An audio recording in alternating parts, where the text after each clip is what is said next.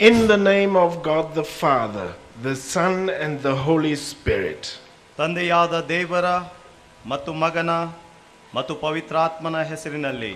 Dear Heavenly Father, ಪ್ರೀತಿಯುಳ್ಳ ತಂದೆಯಾದ ದೇವರೇ, we come to you in humbleness and thankfulness.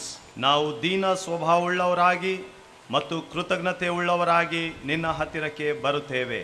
You have guided us, you have protected us. ನೀನು ನಮ್ಮನ್ನು ಮಾರ್ಗದರ್ಶಿಸಿದ್ದಿ, ನೀನು ನಮ್ಮನ್ನು ಕಾಪಾಡಿದ್ದಿ.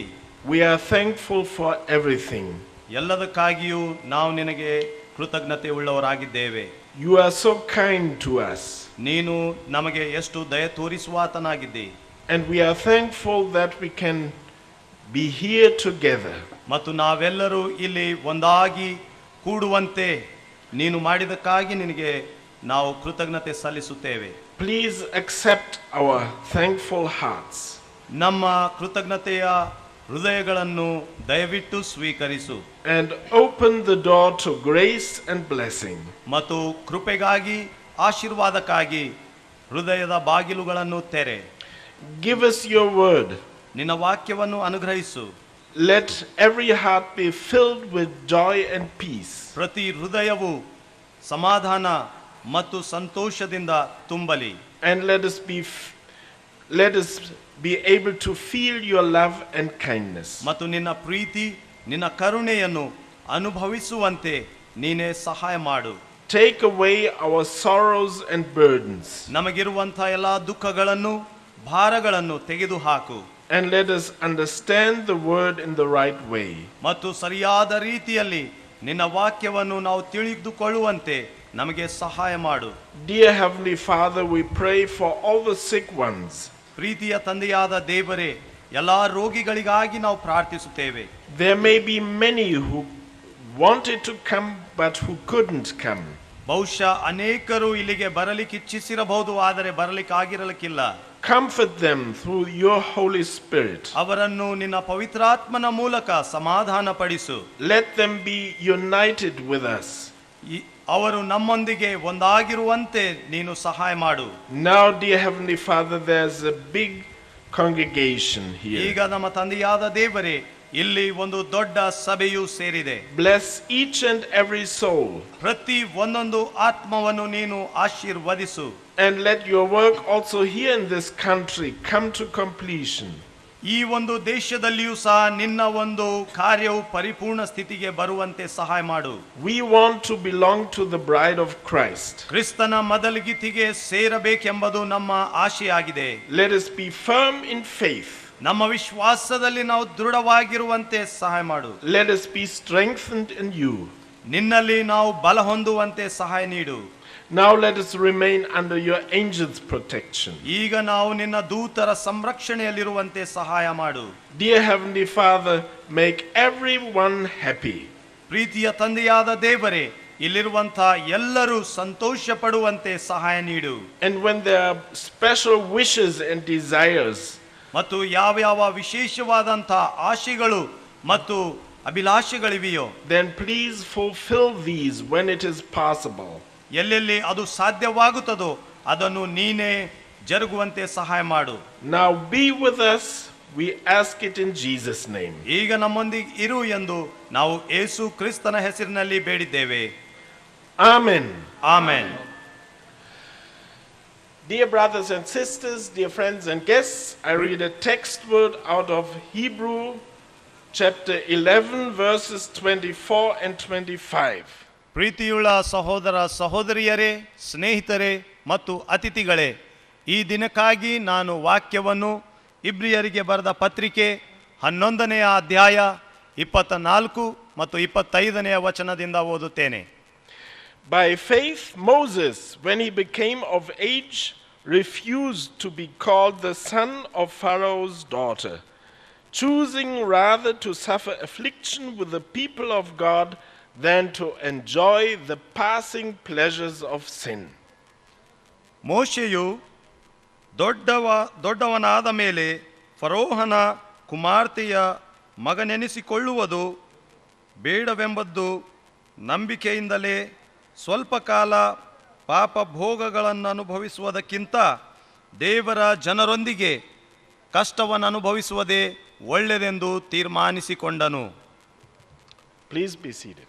ದಯವಿಟ್ಟು ಕೂತುಕೊಳ್ಳಿರಿ.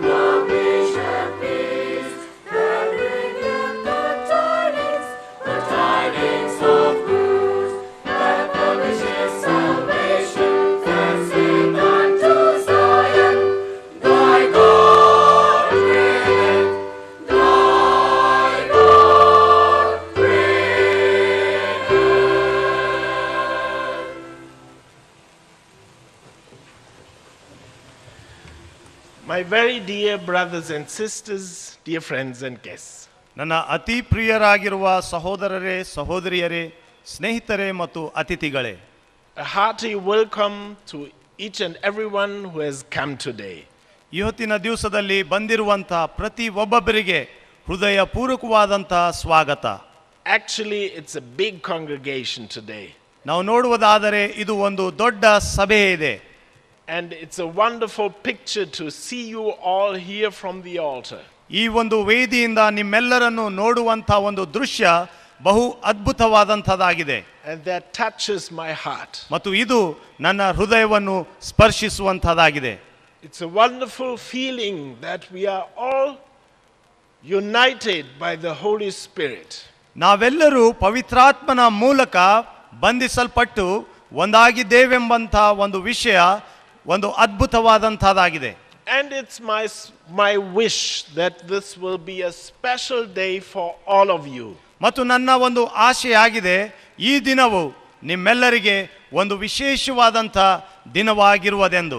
Everyone shall be filled with peace, ಪ್ರತಿಯೊಬ್ಬರು ಸಮಾಧಾನದಿಂದ ತುಂಬಿಸಲ್ಪಡುವರು, with joy, ಸಂತೋಷದಿಂದ, with new blessing, ಹೊಸ ಆಶೀರ್ವಾದದಿಂದ, and with strength.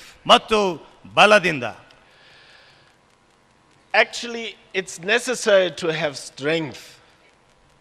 ಬಲ ಇರುವಂತಹದ್ದು ಬಹಳ ಮುಖ್ಯವಾದಂತಹ ಮಾತಾಗಿದೆ. I read an interesting word in the Holy Scriptures. Bible ಅಲ್ಲಿ ನಾನು ಒಂದು ಉತ್ತಮವಾದಂಥ ಅದ್ಭುತವಾದಂಥ ವಾಕ್ಯವನ್ನು ಓದಿದೆನು. The Bible reports about Saul, the later apostle Paul.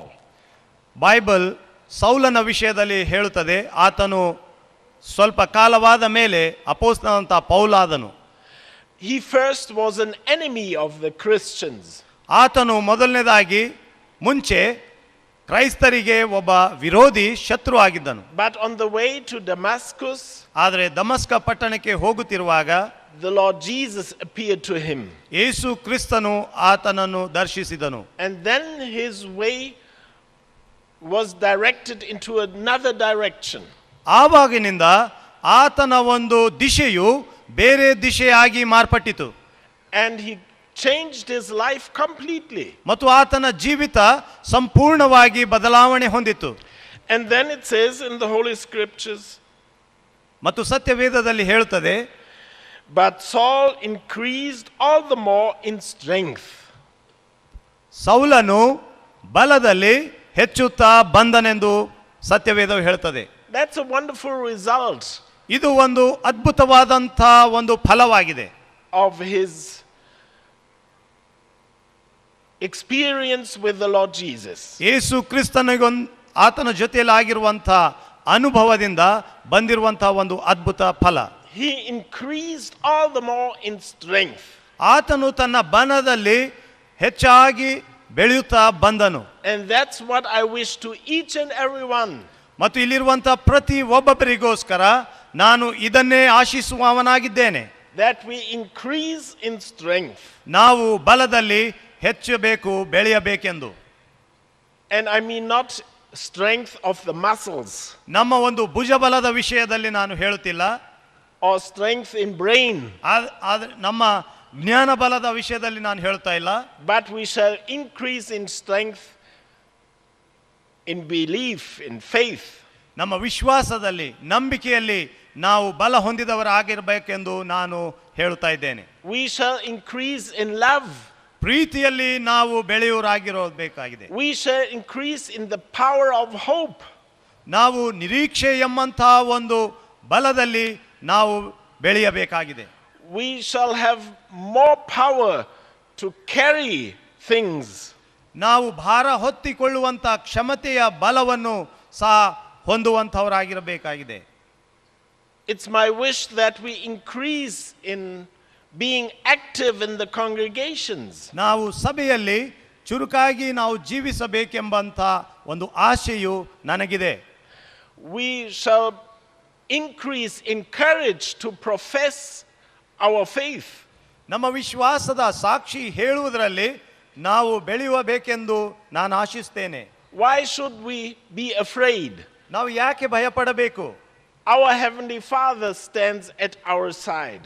ನಮ್ಮ ಪಕ್ಕದಲ್ಲಿ ನಮ್ಮ ಪರಲೋಕದ ತಂದೆಯು ನಿಂತವನಾಗಿರುತ್ತಾನೆ. And whoever comes to the service, ಯಾರ್ಯಾರು ಯಾರ್ಯಾರು ಪರಿಚರ್ಯಕ್ಕೆ ಬರುತ್ತಾರೋ, and whoever accepts the word, ಯಾರ್ಯಾರು ವಾಕ್ಯವನ್ನು ಸ್ವೀಕರಿಸುತ್ತಾರೋ, he will be filled with strength and godly power. ಅವರು ದೈವಿಕವಾದಂಥ ಒಂದು ಬಲದಿಂದ, ಶಕ್ತಿಯಿಂದ ತುಂಬಲ್ಪಟ್ಟವರಾಗಿರುತ್ತಾರೆ. That's a special wish for today. ಇವತ್ತಿನ ದಿವಸಕ್ಕಾಗಿ ನನ್ನ ಒಂದು ಆಶೆ, ಒಂದು ವಿಶೇಷವಾದಂಥ ಆಶೆಯಾಗಿದೆ. But that shall also be the case in the future. ಮತ್ತು ಭವಿಷ್ಯತ್ತಿಗಾಗಿಯೂ ಸಹ ಇದೇ ಆಶೆಯು ನನ್ನದಾಗಿರುತ್ತದೆ. That we have strength to carry on. ನಮಗೆ ಮುಂದೆ ಸಾಗುವುದಕ್ಕಾಗಿ ಬಲ ಇರಬೇಕೆಂಬಂತಹ ಒಂದು ಆಶೆ. That we have strength to confess our faith. ನಮ್ಮ ಒಂದು ವಿಶ್ವಾಸವನ್ನು ನಾವು ಸಾಕ್ಷಿಯಾಗಿ ಹೇಳುವಂತೆ. That we have faith to remain in, that we have strength to remain in faith. ನಾವು ವಿಶ್ವಾಸದಲ್ಲಿ ನಿಂತುಕೊಳ್ಳುವಂತೆ. Dear brothers and sisters, so there may be much strength today. ಪ್ರೀತಿಯ ಸಹೋದರರೇ, ಸಹೋದರಿಯರೇ, ಇವತ್ತಿನ ದಿವಸದಲ್ಲಿ ಹೆಚ್ಚಿನ ಬಲ ನಮಗಿರಬಹುದು. That flows into our hearts. ನಮ್ಮ ಹೃದಯದೊಳಗೆ ಅದು ಪ್ರವೇಶಿಸಬಹುದು. So our heavenly Father will give that, ನಮ್ಮ ಪರಲೋಕದ ತಂದೆ ಅದನ್ನು ನಮಗೆ ಕೊಡುತ್ತಾರೆ. and prepare that when we are longing for it. ಮತ್ತು ನಾವು ಯಾವಾಗ ಅದನ್ನು ಆಶಿಸುತ್ತೇವೋ, ಬಯಸುತ್ತೇವೋ, ಆವಾಗ ಆತನು ಅದನ್ನು ನಮಗೆ ಅನುಗ್ರಹಿಸುತ್ತಾನೆ. And there is another tool for getting strength. ಮತ್ತು ಬಲ ಹೊಂದುವುದಕ್ಕಾಗಿ ಇನ್ನೊಂದು ಆಯುಧ ನಮಗಿದೆ. And that is prayer life. ಅದು ಯಾವುದೆಂದರೆ ಪ್ರಾರ್ಥನಾ ಜೀವಿತ. When we pray, we get strength. ನಾವು ಪ್ರಾರ್ಥಿಸಿದಾಗ ನಮಗೆ ಬಲ ಉಂಟಾಗುತ್ತದೆ. Every prayer gives additional strength. ಪ್ರತಿ ಪ್ರಾರ್ಥನೆಯು ನಮಗೆ ಇನ್ನೂ ಹೆಚ್ಚಿನ ಬಲವನ್ನು ನಮಗೆ ಕೊಡುತ್ತದೆ. Therefore, it's so important to remain in prayer life. ಅದಕ್ಕಾಗಿಯೇ ಪ್ರಾರ್ಥನಾ ಜೀವಿತದಲ್ಲಿ ನಾವು ಇರಬೇಕಾಗಿರುವಂತಹದ್ದು ಬಹಳ ಪ್ರಮುಖವಾದಂತಹ ಮಾತಾಗಿದೆ. Our Heavenly Father wants to have strong children of God. ನಮ್ಮ ಪರಲೋಕದ ತಂದೆ ನಾವು ಬಲವುಳ್ಳಂಥ ದೇವರ ಮಕ್ಕಳಾಗಬೇಕೆಂದು ಆಶಿಸ್ತಾನೆ. And not weak children of God. ಬಲಹೀನರಾದಂಥ ದೇವರ ಮಕ್ಕಳಲ್ಲ. So, dear brothers and sisters, let's always use this opportunity to get additional strength. ಆದ್ದರಿಂದ ನನ್ನ ಪ್ರೀತಿಯ ಸಹೋದರ ಸಹೋದರಿಯರೇ, ಇಂಥ ಅವಕಾಶವನ್ನು ನಾವು ಪ್ರತಿ ಸಮಯ ನಮ್ಮಲ್ಲಿರುವಂಥ ಬಲವನ್ನು ಹೆಚ್ಚಿಸಿಕೊಳ್ಳುವುದಕ್ಕೋಸ್ಕರ ಉಪಯೋಗಿಸಿಕೊಳ್ಳೋಣ. You will need that also here in your country. ಇಲ್ಲಿ ನಿಮ್ಮ ದೇಶದಲ್ಲಿ ಇದು ನಿಮಗೆ ಬೇಕಾಗಿದೆ. It's not always easy to live according to our faith. ನಮ್ಮ ವಿಶ್ವಾಸಕ್ಕೆ ಅನುಗುಣವಾಗಿ ನಾವು ಜೀವಿಸುವುದು ಎಲ್ಲಾ ಸಮಯದಲ್ಲಿ ಸಾಧ್ಯವಿಲ್ಲ. It's not always easy to remain in the apostles' doctrine. ಅಪೊಸ್ತಲರ ಬೋಧನೆಯಲ್ಲಿ ನಾವು ನಿಂತುಕೊಳ್ಳುವಂತಹದ್ದು, ಜೀವಿಸುವಂತಹದ್ದು ಇದು ಒಂದು ಸುಲಭಕರವಾದಂತಹ ವಿಷಯವಲ್ಲ. Because there are also other opinions. ಯಾಕಂದರೆ ಬೇರೆ ಅಭಿಪ್ರಾಯಗಳು ಸಹ ಉಂಟು.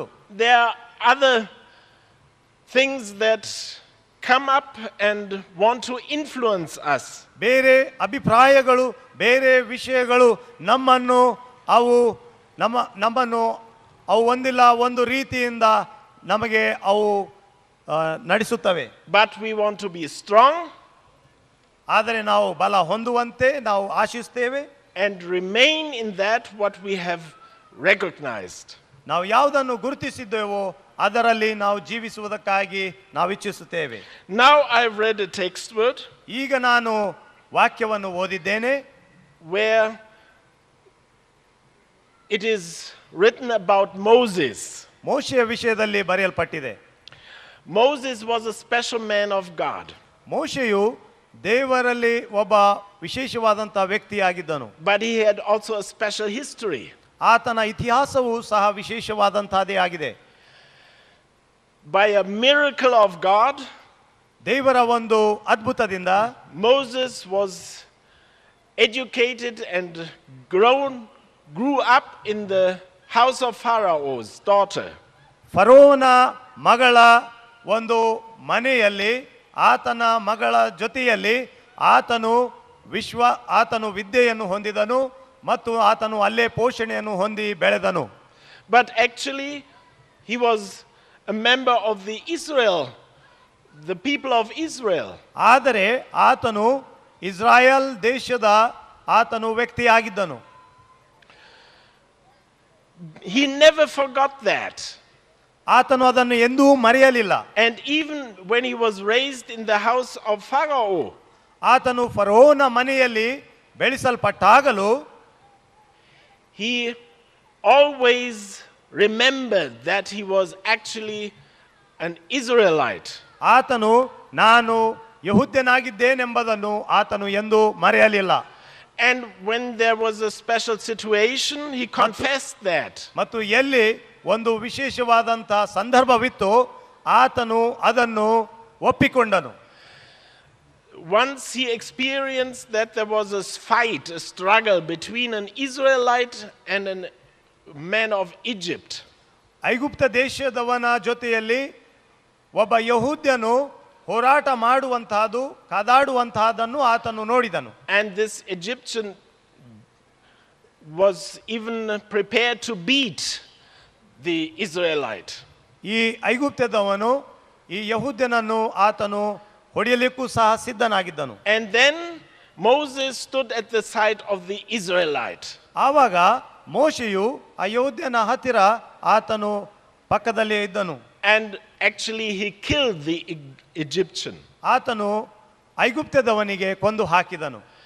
From that point on he always was on the side of his people, the people of Israel. ಆ ಸಮಯದಿಂದ ಆತನು ಇಸ್ರಾಯೇಲ್ ಜನರ ಜೊತೆಯಲ್ಲಿ ಮತ್ತು ತನ್ನ ಒಂದು ಸ್ವಂತ ಪ್ರಜೆಯ ಜೊತೆಯ ಪಕ್ಕದಲ್ಲಿಯೇ ನಿಂತನು. And we can summarize this text word. ಮತ್ತು ಇದನ್ನು ನಾವು ಸಾರಾಂಶವಾಗಿ ನೋಡುವಾಗ and we can say ನಾವು ಹೇಳಬಹುದು, he has made the right decision. ಆತನು ಸರಿಯಾದಂತಹ ನಿರ್ಣಯವನ್ನೇ ತೆಗೆದುಕೊಂಡನು. He was a member of the people of God. ಆತನು ದೇವರ ಪ್ರಜೆಗೆ ಸೇರಿರುವಂತಹ ವ್ಯಕ್ತಿಯಾಗಿದ್ದನು. And he stood there always. ಆತನು ಅವರ ಜೊತೆಯಲ್ಲಿ ಯಾವಾಗಲೂ ನಿಂತನು. On the other hand, he had the chance to have a wonderful life at the house of Pharaoh. ಇನ್ನೊಂದು ಕಡೆಯಲ್ಲಿ ನೋಡುವುದಾದರೆ ಫರೋನ ಮನೆಯಲ್ಲಿ ಒಂದು ಅದ್ಭುತವಾದಂತಹ ವೈಭವದ ಜೀವಿತ ಹೊಂದುವಂತೆ ಅನುಭವಿಸುವಂತೆ ಆತನ ಮುಂದೆ ಒಂದು ಅವಕಾಶವಿತ್ತು.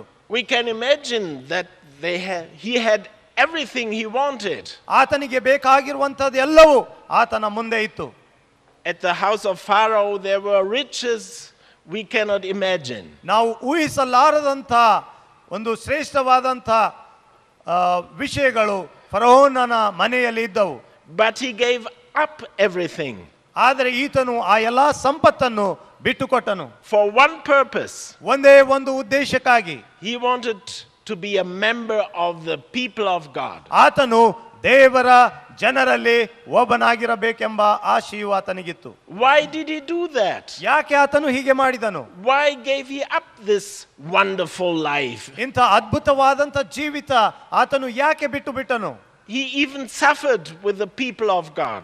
ದೇವರ ಜನರೊಂದಿಗೆ ಆತನು ಎಷ್ಟೋ ಬಾಧೆಯನ್ನು ಸಹ ಪಟ್ಟನು. It says here in the next verse, ಮುಂದಿನ ವಚನದಲ್ಲಿ ಹೀಗೆ ಹೇಳ್ತದೆ, he looked to the reward, to the end.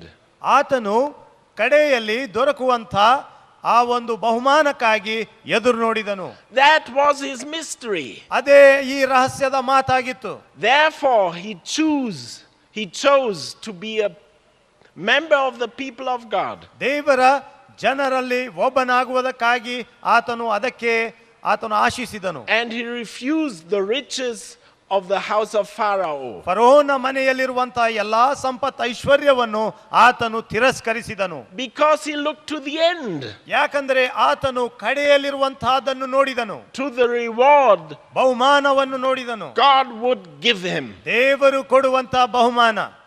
And therefore he made the right decision. ಅದಕ್ಕಾಗಿಯೇ ಆತನು ಸರಿಯಾದಂತ ತೀರ್ಮಾನವನ್ನು ತೆಗೆದುಕೊಂಡನು. Now I come into our time. ಈಗ ನಮ್ಮ ಸಮಯಕ್ಕೆ ನಾನು ಬರುತ್ತೇನೆ. Because Moses, that's just an example for us. ಯಾಕಂದ್ರೆ ಮೋಶೆ ಎಂಬುವಂತ ಈಗ ನೋಡಿರುವಂತಹ ಭಾಗ ಇದು ಒಂದು ನಮಗೆ ಉದಾಹರಣೆ ಮಾತ್ರ ಆಗಿದೆ.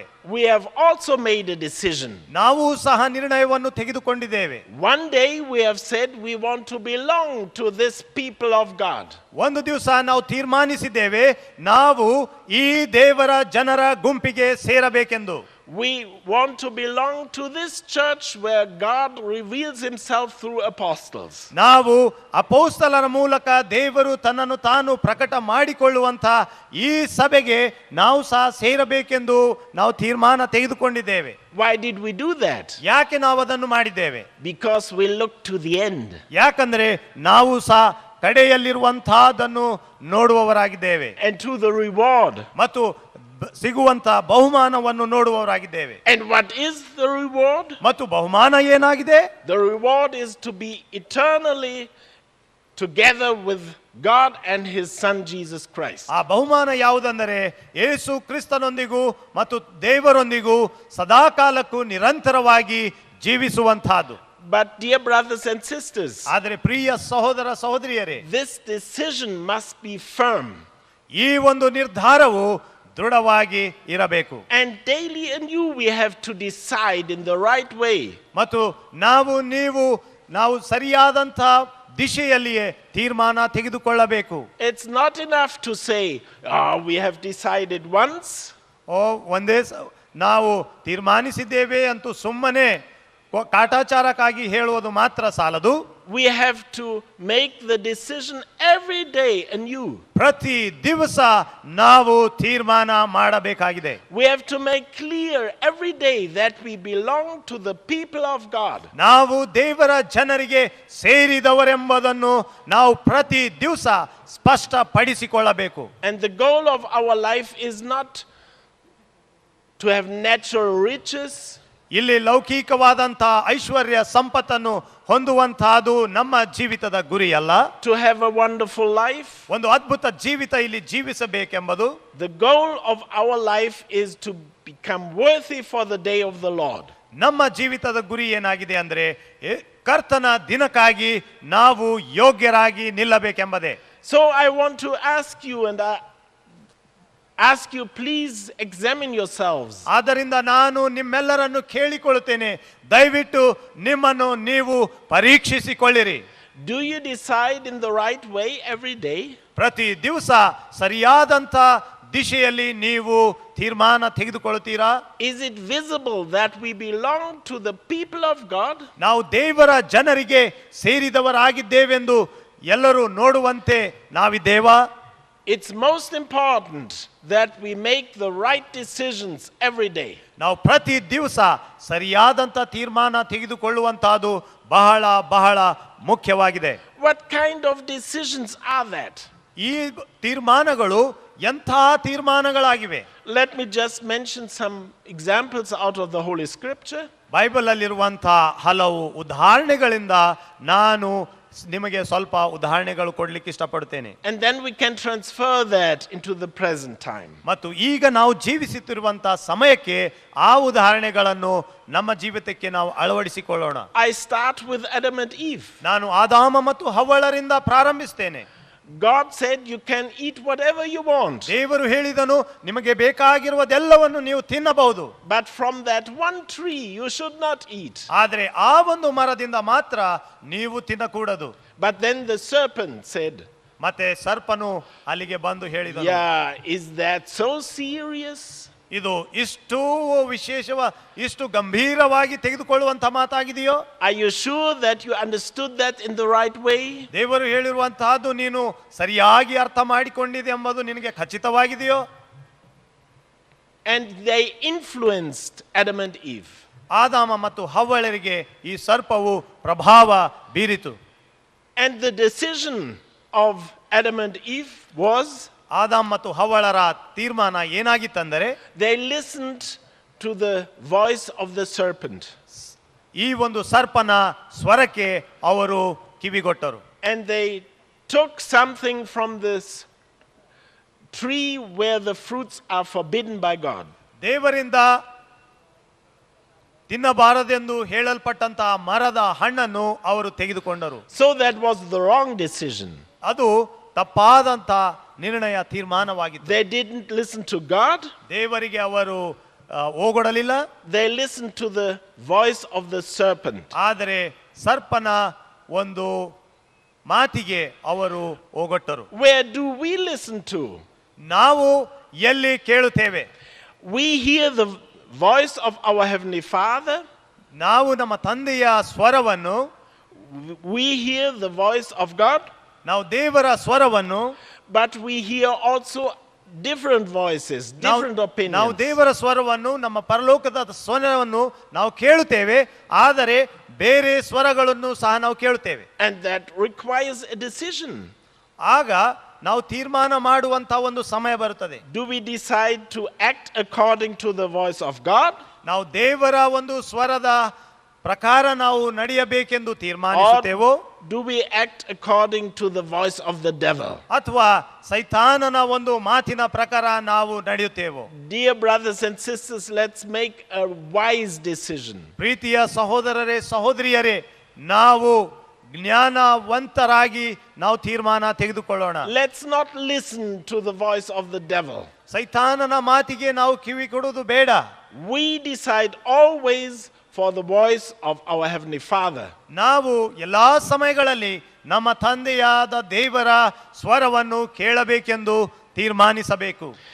Let us make another example. ಇನ್ನೊಂದು ಉದಾಹರಣೆಯನ್ನು ನಾವು ನೋಡೋಣ. We know this story of Cain and Abel. ಕಾಯೇನ ಮತ್ತು ಹೇಬೇಲರ ಕಥೆಯು ನಮಗೆ ಗೊತ್ತಿದೆ. They both brought their offerings. ಅವರಿಬ್ಬರು ತಮ್ಮ ಕಾಣಿಕೆಗಳನ್ನು ತಂದರು. And the one offering of Abel was accepted. ಹೇಬೇಲನ ಕಾಣಿಕೆಯು ಸ್ವೀಕರಿಸಲ್ಪಟ್ಟಿತು. But the offering of Cain was not accepted. ಆದರೆ ಕಾಯೇನನ ಕಾಣಿಕೆಯು ತಿರಸ್ಕರಿಸಲ್ಪಟ್ಟಿತು. And then Cain became angry. ಆವಾಗ ಕಾಯೇನನು ಕೋಪಗೊಂಡನು. He was full of envy. ಆತನು ದ್ವೇಷದಿಂದ ತುಂಬಿದವನಾಗಿದ್ದನು. Full of anger. ಆತನಲ್ಲಿ ಸಿಟ್ಟು ತುಂಬಿ ಹೋಗಿತ್ತು. And in that situation, ಆ ಸಂದರ್ಭದಲ್ಲಿ he made also a decision. ಆತನು ಸಹ ಒಂದು ತೀರ್ಮಾನವನ್ನು ತೆಗೆದುಕೊಂಡನು. He killed his brother. ಆತನು ತನ್ನ ಸಹೋದರನನ್ನು ಕೊಂದು ಹಾಕಿದನು. Even when God warned him, he didn't listen to him. ದೇವರು ಆತನಿಗೆ ಹೇಳಿರುವಂತ ಮಾತನ್ನು ಆತನು ಕೇಳಲಿಲ್ಲ. That was the wrong decision. ಅದು ತಪ್ಪಾದಂತ ನಿರ್ಣಯವಾಗಿತ್ತು. Dear brothers and sisters, what do we learn from that? ಪ್ರೀತಿಯ ಸಹೋದರ ಸಹೋದರಿಯರೇ, ಇದರಿಂದ ನಾವು ಏನು ಕಲಿಯುತ್ತೇವೆ? It's not good to make a decision out of anger and envy. ನಾವು ಕೋಪದಲ್ಲಿ ಅಥವಾ ದ್ವೇಷದ ಭಾವನೆಯಿಂದ ನಾವು ತೀರ್ಮಾನ ತೆಗೆದುಕೊಳ್ಳುವಂತಹದ್ದು ಒಳ್ಳೆಯದಲ್ಲ. That's always a wrong decision. ಇದು ಯಾವಾಗಲೂ ತಪ್ಪಾದಂತಹ ಒಂದು ನಿರ್ಣಯವಾಗಿರುತ್ತದೆ. We want to be filled with godly wisdom. ನಾವು ದೈವಿಕವಾದಂತಹ ಜ್ಞಾನದಿಂದ ತುಂಬಿದವರಾಗಿರಬೇಕೆಂಬುದೇ ನಮ್ಮ ಒಂದು ಆಶೆ. And where there is anger and envy, ಎಲ್ಲಿ ದ್ವೇಷ, ಎಲ್ಲಿ ಕೋಪವಿದೆಯೋ, we pray to our Heavenly Father ನಮ್ಮ ಪರಲೋಕದ ತಂದೆಗೆ ನಾವು ಪ್ರಾರ್ಥಿಸುತ್ತೇವೆ, that we can get rid of that, ನಾವು ಅದರಿಂದ ಬೇರ್ಪಡಬೇಕೆಂದು ನಾವು ಪ್ರಾರ್ಥಿಸುತ್ತೇವೆ, so that we make the right decision.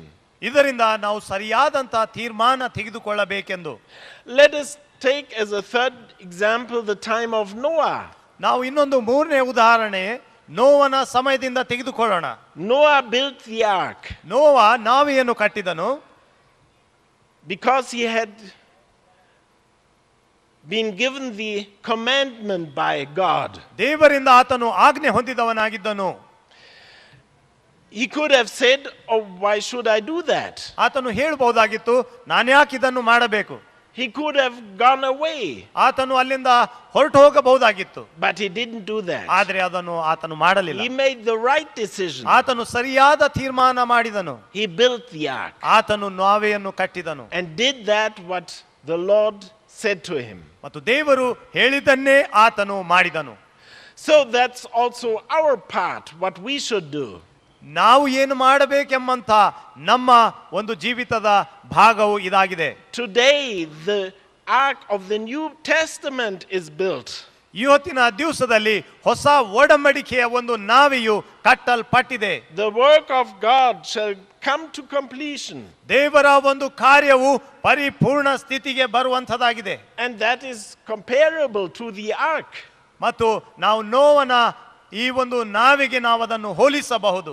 We want to make the right decision. ನಾವು ಸರಿಯಾದ ತೀರ್ಮಾನ ಮಾಡಬೇಕೆಂಬುದೇ ನಮ್ಮ ಆಶೆಯಾಗಿದೆ. That we all are willing to build the ark. ನಾವು ಎಲ್ಲರೂ ಈ ನಾವೆ ಕಟ್ಟುವುದಕ್ಕಾಗಿ ನಾವು ಒಪ್ಪಿಗೆ ಉಳ್ಳಂತವರಾಗಿದ್ದೇವೆ. That means that we really are active in the work of God. ಇದರ ಅರ್ಥ ಏನೆಂದರೆ ದೇವರ ಕೆಲಸದಲ್ಲಿ ಸೇವೆಯಲ್ಲಿ ನಾವೆಲ್ಲರೂ ನಾವು ಚುರುಕಾಗಿ ಜೀವಿಸುವಂತಹದ್ದು. That requires a decision every day. ಪ್ರತಿ ದಿವಸ ಇದಕ್ಕಾಗಿ ತೀರ್ಮಾನವು ಬೇಕಾಗಿದೆ. But let us decide in the right way. ಆದರೆ ನಾವು ಸರಿಯಾದಂತಹ ಮಾರ್ಗದಲ್ಲಿ ತೀರ್ಮಾನ ತೆಗೆದುಕೊಳ್ಳೋಣ. To be active. ನಾವು ಚುರುಕಾಗಿ ಜೀವಿಸುವಂತಹದ್ದು, ಇರುವಂತಹದ್ದು. To help along. ನಾವು ಸಹಾಯ ಮಾಡುವಂತಹದ್ದು. So that the work of God comes to completion. ದೇವರ ಕಾರ್ಯವು ಪರಿಪೂರ್ಣ ಸ್ಥಿತಿಗೆ ಬರುವಂತೆ ಇದನ್ನು ನಾವು ಮಾಡುವಂತಹದ್ದು. So you see, it's always necessary to make the right decisions. ಆದ್ದರಿಂದ ನೋಡಿ ಪ್ರಿಯರೇ, ನಾವು ಯಾವಾಗಲೂ ಸರಿಯಾದ ತೀರ್ಮಾನ ಮಾಡುವಂತಹದ್ದು ಬಹಳ ಮುಖ್ಯವಾದಂತಹ ಅವಶ್ಯಕವಾದ ಮಾತಾಗಿದೆ. Do we listen to the voice of God or to the voice of the devil? ನಾವು ದೇವರ ಸ್ವರವನ್ನು ಕೇಳುತ್ತೇವೋ ಅಥವಾ ನಾವು ಸೈತಾನನ ಸ್ವರಕ್ಕೆ ಹೋಗುತ್ತೇವೋ? Do we agree to anger and envy or do we get rid of that? ನಾವು ದ್ವೇಷ ಮತ್ತು ಕೋಪಕ್ಕೆ ನಮ್ಮನ್ನು ನಾವು ಈಡು ಮಾಡಿಕೊಳ್ಳುತ್ತೇವೋ ನಾವು ಅಥವಾ ಅದರಿಂದ ಬೇರ್ಪಡಬೇಕೆಂದು ಆಶಿಸ್ತೇವೋ? Are we active in the work of God or not? ನಾವು ದೇವರ ಕೆಲಸದಲ್ಲಿ ಆತನ ಸೇವೆಯಲ್ಲಿ ಚುರುಕಾಗಿದ್ದೇವೋ, ನಾವು ಕೆಲಸ ಮಾಡುತ್ತಾ ಇದ್ದೇವೋ ಅಥವಾ ಇಲ್ಲವೋ? Every day ಪ್ರತಿ ದಿವಸ we want to decide in the right way. ನಾವು ಸರಿಯಾದ ಮಾರ್ಗದಲ್ಲಿ ನಾವು ನಮ್ಮ ತೀರ್ಮಾನ ತೆಗೆದುಕೊಳ್ಳಲಿಕ್ಕೆ ಇಚ್ಛಿಸುತ್ತೇವೆ. Let me also mention Abraham. ನಾನು ಈಗ ಅಬ್ರಹಾಮನನ್ನು ಸಹ ನಿಮಗೆ ನಾನು ಆತನ ವಿಷಯದಲ್ಲಿ ತಿಳಿಸ್ತೇನೆ. God came to him, ದೇವರು ಆತನ ಹತ್ತಿರಕ್ಕೆ ಬಂದನು and said to him, "Now go out of your father's land." ಆತನಿಗೆ ಹೇಳಿದನು, ನಿನ್ನ ಪಿತೃಗಳ ಸ್ಥಳದಿಂದ ನೀನು ಹೊರ ಬಾ, and go there where I show you you should be. ನೀನು ಎಲ್ಲಿಗೆ ಹೋಗಬೇಕೆಂಬ ದೇಶವನ್ನು ನಾನು ನಿನಗೆ ತೋರಿಸ್ತೇನೆ. Abraham could have said, ಅಬ್ರಹಾಮನು ಹೇಳಬಹುದಾಗಿತ್ತು, "Well, why should I do that? ನಾನು ಯಾಕಿದು ಮಾಡಬೇಕು ಎಂದು ಹೇಳಬಹುದಾಗಿತ್ತು. Let's just wait a little bit and see what happens." ಇನ್ನೊಂದು ಸ್ವಲ್ಪ ಸಮಯ ನಾವು ಕಾದು ನೋಡೋಣ, ಏನಾಗ್ತದೆ ನಾವು ನೋಡೋಣ ಎನ್ನಬಹುದಾಗಿತ್ತು. That would have been the wrong decision. ಅದು ಒಂದು ತಪ್ಪಾದ ನಿರ್ಣಯವಾಗಿರುತ್ತಿತ್ತು. But he made the right decision. ಆದರೆ ಆತನು ಸರಿಯಾದ ತೀರ್ಮಾನವನ್ನು ತೆಗೆದುಕೊಂಡನು. He listened to the call of God. ಆತನು ದೇವರ ಕರೆಗೆ ಓಗಟ್ಟನು. And did that right away. ಆತನು ಆ ಕ್ಷಣದಲ್ಲಿಯೇ ದೇವರು ಹೇಳಿದ ಹಾಗೆ ಮಾಡಿದನು. Without hesitating. ಆತನು ಯಾವ ಒಂದು ಸಂದೇಹವಿಲ್ಲದೆ ಆತನು ಅದನ್ನು ಮಾಡಿದನು. We want to act in the same way. ನಾವು ಸಹ ಹಾಗೆಯೇ ಮಾಡಬೇಕೆಂದು ಇಚ್ಛಿಸಬೇಕು. When our Heavenly Father calls us, ನಮ್ಮ ತಂದೆಯಾದ ದೇವರು ನಮ್ಮನ್ನು ಕರೆದಾಗ, He calls us in His Word, ಆತನು ತನ್ನ ವಾಕ್ಯದಲ್ಲಿ ನಮ್ಮನ್ನು ಕರೆಯುತ್ತಾನೆ. then we want to act immediately. ಆಗ ನಾವು ಅದೇ ಕ್ಷಣದಲ್ಲಿ ತತ್ಕ್ಷಣವೇ ನಾವು ತೀರ್ಮಾನ ತೆಗೆದುಕೊಳ್ಳಬೇಕಾಗಿದೆ. We want to do that what is said unto us. ನಮಗೆ ಹೇಳಲ್ಪಟ್ಟದ್ದನ್ನು ನಾವು ಮಾಡಬೇಕಾಗಿದೆ. That is the right decision. ಅದು ಸರಿಯಾದಂತಹ ತೀರ್ಮಾನವಾಗಿದೆ. So we could have many other examples. ನಾವು ಇನ್ನೂ ಅನೇಕ ಉದಾಹರಣೆಗಳು ನಾವು ತೆಗೆದುಕೊಳ್ಳಬಹುದು.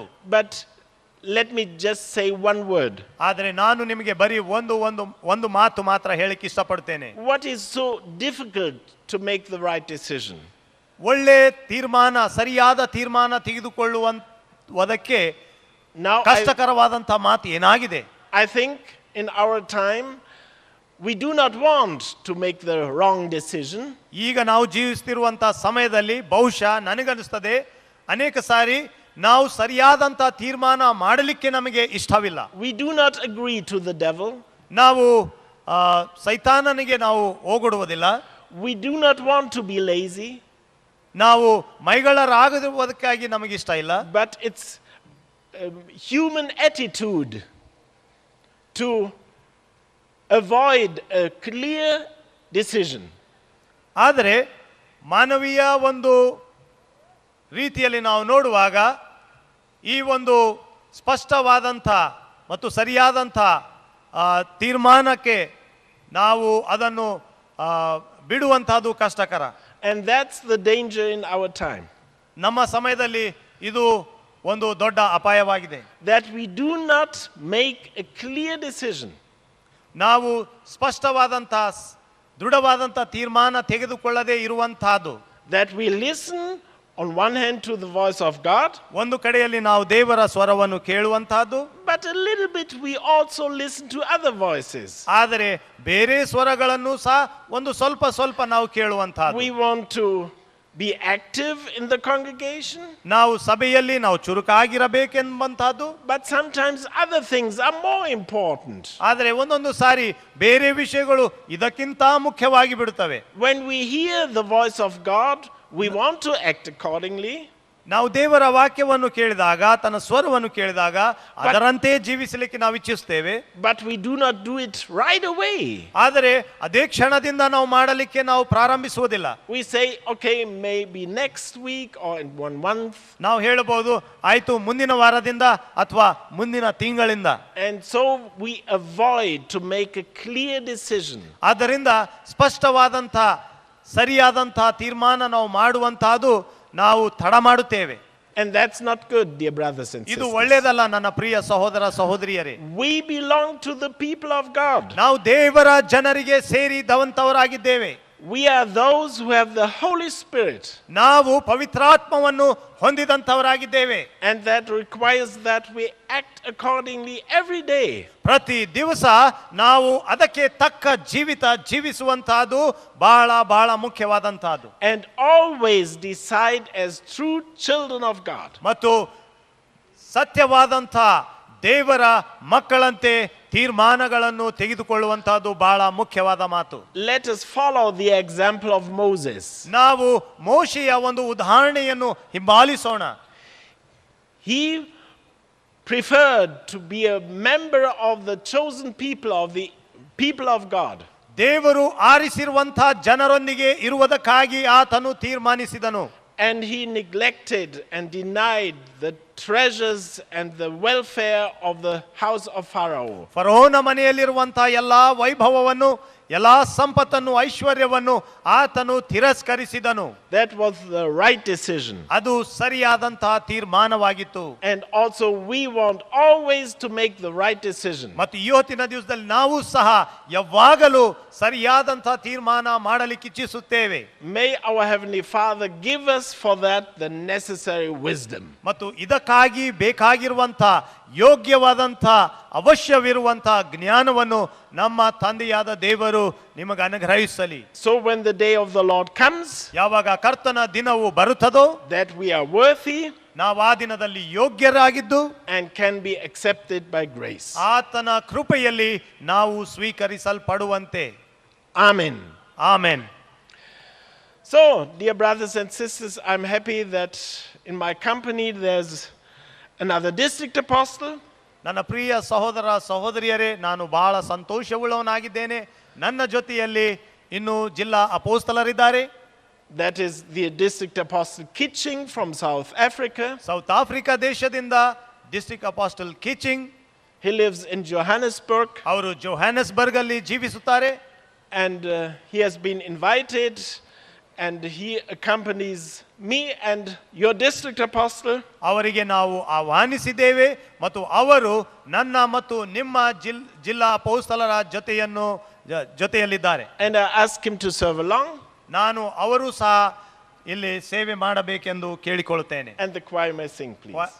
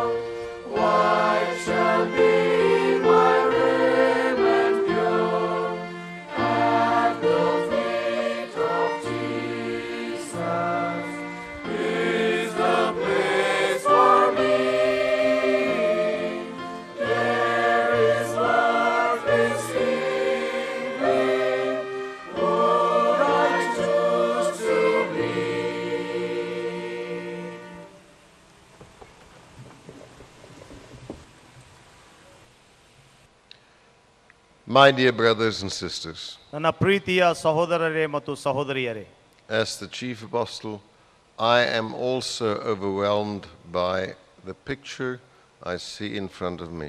ನಮ್ಮ ಮುಖ್ಯ ಅಪೋಸ್ತಲರು ಹೇಳಿದ ಹಾಗೆ ಇಲ್ಲಿ ನನ್ನ ಮುಂದೆ ಇರುವಂಥ ಈ ಸಭೆಯ ಒಂದು ದೃಶ್ಯವು ನೋಡಿ ನಾನು ಸಹ ಬಹು ಆಶ್ಚರ್ಯಗೊಂಡಿದ್ದೇನೆ. It has moved my soul very deeply. ನನ್ನ ಆತ್ಮದಲ್ಲಿ ಇದು ಒಂದು ಬಹಳ ದೊಡ್ಡ ಪ್ರಭಾವ ಬೀರಿದೆ. I am not a person who takes a camera with me when I go on journey normally. ನಾನು ಪ್ರಯಾಣ ಮಾಡುತ್ತಿರುವಾಗ ಕ್ಯಾಮೆರಾ ಹಿಡಿದುಕೊಂಡು ಹೋಗುವಂತ ವ್ಯಕ್ತಿ ನಾನಲ್ಲ. But during the course of my life, ಆದರೆ ನನ್ನ ಜೀವಿತದಲ್ಲಿ I have captured some pictures in my heart. ನಾನು ಹಲವು ದೃಶ್ಯಗಳನ್ನು ನನ್ನ ಹೃದಯದಲ್ಲಿ ನಾನು ಅದನ್ನು ಚಿತ್ರೀಕರಿಸಿಕೊಂಡಿದ್ದೇನೆ. Of important spiritual events. ಮುಖ್ಯವಾದಂಥ ಆತ್ಮಿಕವಾದಂಥ ದೃಶ್ಯಗಳು. And every now and then I page through, so to say, this picture album in my heart. ಮತ್ತು ಆಗಾಗ್ಗೆ ನನ್ನ ಹೃದಯದಲ್ಲಿರುವಂಥ ಈ ದೃಶ್ಯಗಳನ್ನು ನಾನು ತಿರುಗಿ ನೋಡುವವನಾಗಿರುತ್ತೇನೆ. For it uplifts me. ಅದು ನನ್ನನ್ನು ಬಲಗೊಳಿಸುತ್ತದೆ. The picture I see in front of me, ನನ್ನ ಮುಂದೆ ಇರುವಂಥ ಈ ದೃಶ್ಯವು, and the impression that is created, ಇದರಿಂದ ನಾನು ತಿಳಿದಿರುವಂತಹ ಮಾತು will definitely be added to the album of my heart. ನನ್ನ ಹೃದಯದಲ್ಲಿರುವಂತಹ ಈ ಚಿತ್ರಗಳ ಸಂಖ್ಯೆಗೆ ಇನ್ನೊಂದು ಚಿತ್ರವು ಅದು ಸೇರುವಂತಹದ್ದಾಗಿದೆ. And there it will stay all my life. ಅದು ನನ್ನ ಜೀವನ ಪರ್ಯಂತರ ನನ್ನ ಹೃದಯದಲ್ಲಿಯೇ ಇರುತ್ತದೆ. While our chief apostle was serving, ನಮ್ಮ ಮುಖ್ಯ ಅಪೊಸ್ತಲರು ನಮಗೆ ಸೇವಿಸುತ್ತಿರುವಾಗ I could not help but think ನಾನು ಒಂದು ಆಲೋಚನೆಯಿಂದ ತಪ್ಪಿಸಿಕೊಳ್ಳಲಿಕ್ಕೆ ನನ್ನಿಂದ ಆಗಲಿಲ್ಲ. of the time when ನೀವು ಜೀವಿಸುವಂತ ಸಮಯ, had to make a decision, ನಿಮ್ಮ ಜೀವಿತದಲ್ಲಿ ನೀವು ತೀರ್ಮಾನ ತೆಗೆದುಕೊಳ್ಳುವಂತ ಒಂದು ಸಮಯ, to leave your previous traditional way of worship, ನಿಮ್ಮ ಮೊದಲಿರುವಂಥ ನಿಮ್ಮ ಸಾಂಪ್ರದಾಯಿಕವಾದಂಥ ಆರಾಧನೆಗಳ ಕ್ರಮಗಳನ್ನು ಬಿಟ್ಟು and join the new apostolic church. ನೂತನ ಪ್ರೇಷಿತೀಯ ಸಭೆಯನ್ನು ನೀವು ಸೇರುವಂತಹ ಒಂದು ತೀರ್ಮಾನ. I don't know exactly ನಾನು ಬಹಳ ನೇರವಾದಂಥ ರೀತಿಯಲ್ಲಿಯೇ ಕಲಿತೆ. how it happened. ಇದು ಹೇಗೆ ಆಗಿದೆ. But I'm sure many of you were placed under tremendous pressure. ಇದು ಹೇಗಾಗಿದೆ ಅಂಥೇಳಿ ನನಗೆ ಸ್ಪಷ್ಟವಾಗಿ ಗೊತ್ತಿಲ್ಲ. ಆದರೆ ಬಹುಶಃ ಅನೇಕರು ನಿಮ್ಮಲ್ಲಿ ಬಹಳ ದೊಡ್ಡ ಒಂದು ಒತ್ತಡದಲ್ಲಿ ನೀವಿದ್ದೀರಿ ಎಂದು ನಾನು ಭಾವಿಸ್ತೇನೆ. And had to have a very strong faith. ಮತ್ತು ಈ ತೀರ್ಮಾನ ತೆಗೆದುಕೊಳ್ಳುವುದಕ್ಕೆ ಒಂದು ದೃಢವಾದಂಥ ವಿಶ್ವಾಸ ಉಳ್ಳವರಾಗಿದ್ದೀರಿ. That this is the work of God. ಇದೇ ದೇವರ ಕೆಲಸವಾಗಿದೆ. And I must say, I am proud of you that you made that decision. ಮತ್ತು ನೀವೆಲ್ಲರೂ ಈ ತೀರ್ಮಾನ ಮಾಡಿದ್ದೀರೆಂದು ನಾನು ನಿಮ್ಮನ್ನು ನೋಡುವಾಗ ಹೆಮ್ಮೆ ಪಡುವಾತನಾಗಿದ್ದೇನೆ. Bearing in mind the situation in your country. ನಿಮ್ಮ ದೇಶದಲ್ಲಿರುವಂಥ ಪರಿಸ್ಥಿತಿಗಳನ್ನು ನೋಡುವುದಾದರೆ.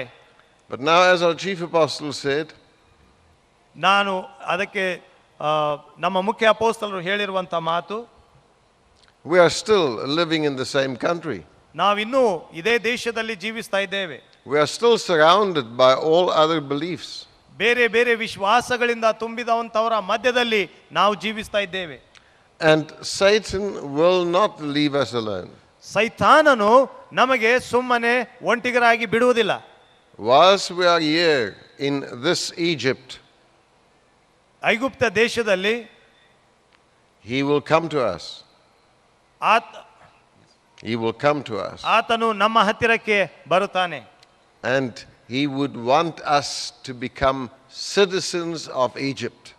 ನಾವು ಸಹ ಐಗುಪ್ತರ ದೇಶದವರಾಗಿರಬೇಕೆಂದು ಆತನು ಆ ಪ್ರಜೆಗಳಾಗಿರಬೇಕೆಂದು ಆಶಿಸ್ತಾನೆ. Or join the majority.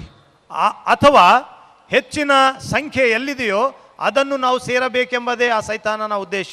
I think you know what I'm talking about and you can read between the lines.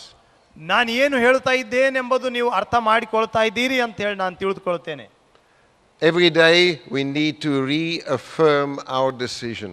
ನಮ್ಮ ತೀರ್ಮಾನಗಳನ್ನು ನಾವು ಪ್ರತಿನಿತ್ಯವೂ ಪ್ರತಿ ದಿವಸ ನಾವು ಅದರ ಬಗ್ಗೆ ಆಲೋಚಿಸಬೇಕಾಗಿದೆ ಮತ್ತು ದೃಢಪಡಿಸಬೇಕಾಗಿದೆ. I have decided for the Lord and that is final. ನಾನು ಕರ್ತನಿಗಾಗಿ ತೀರ್ಮಾನವನ್ನು ತೆಗೆದುಕೊಂಡಿದ್ದೇನೆ, ಅದೇ ಕಡೆಯ ಮಾತು.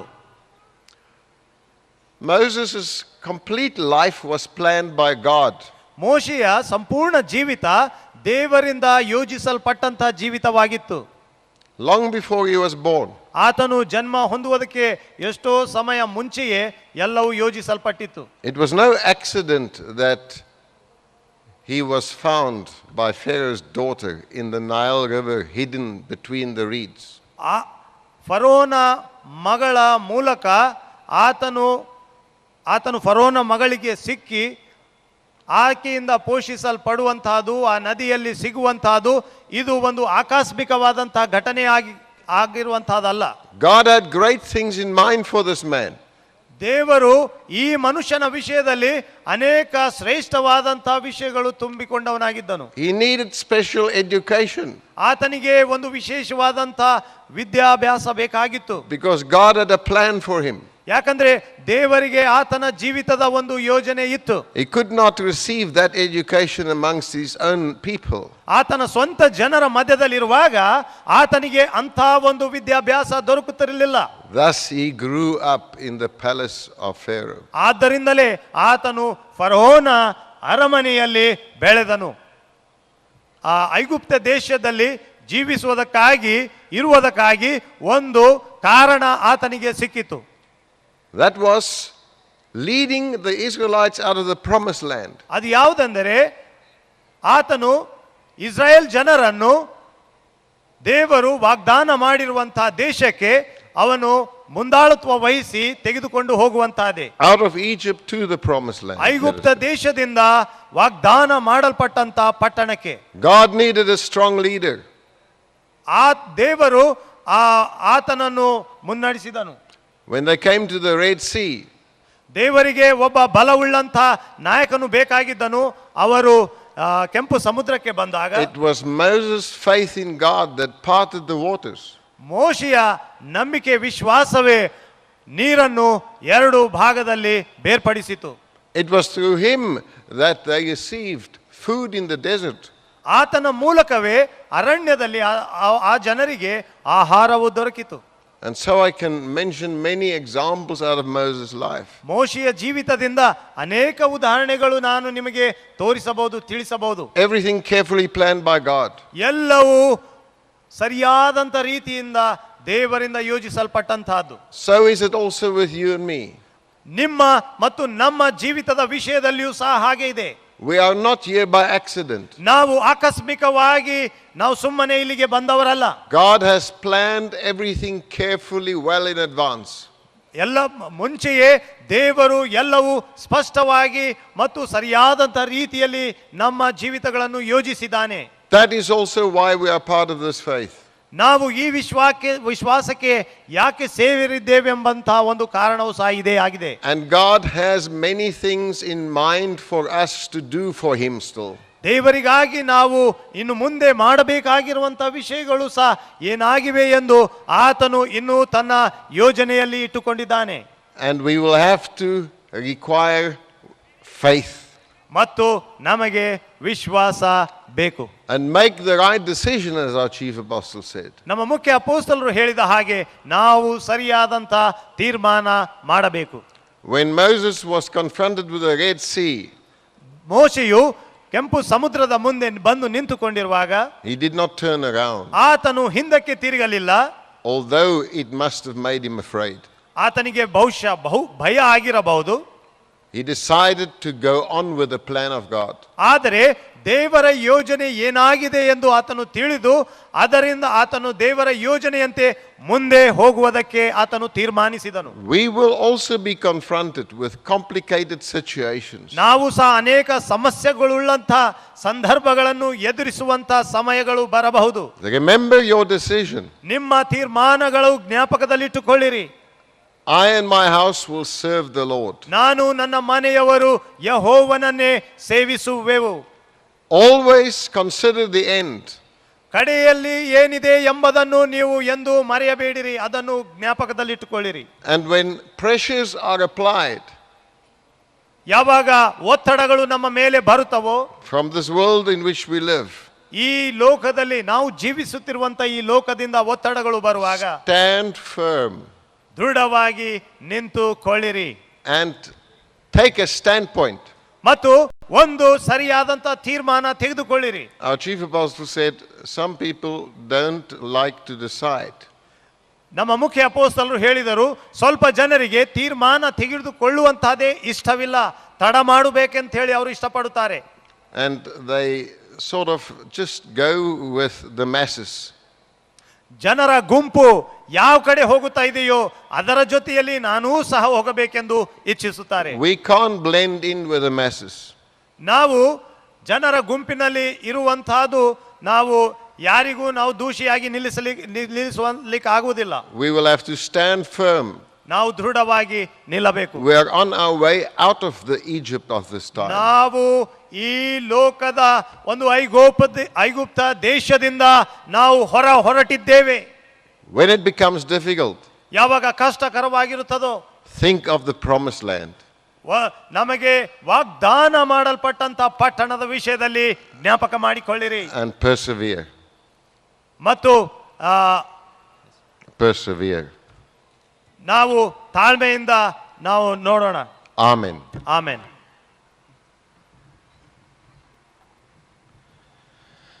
So we are thankful for that what we have heard through the district apostle.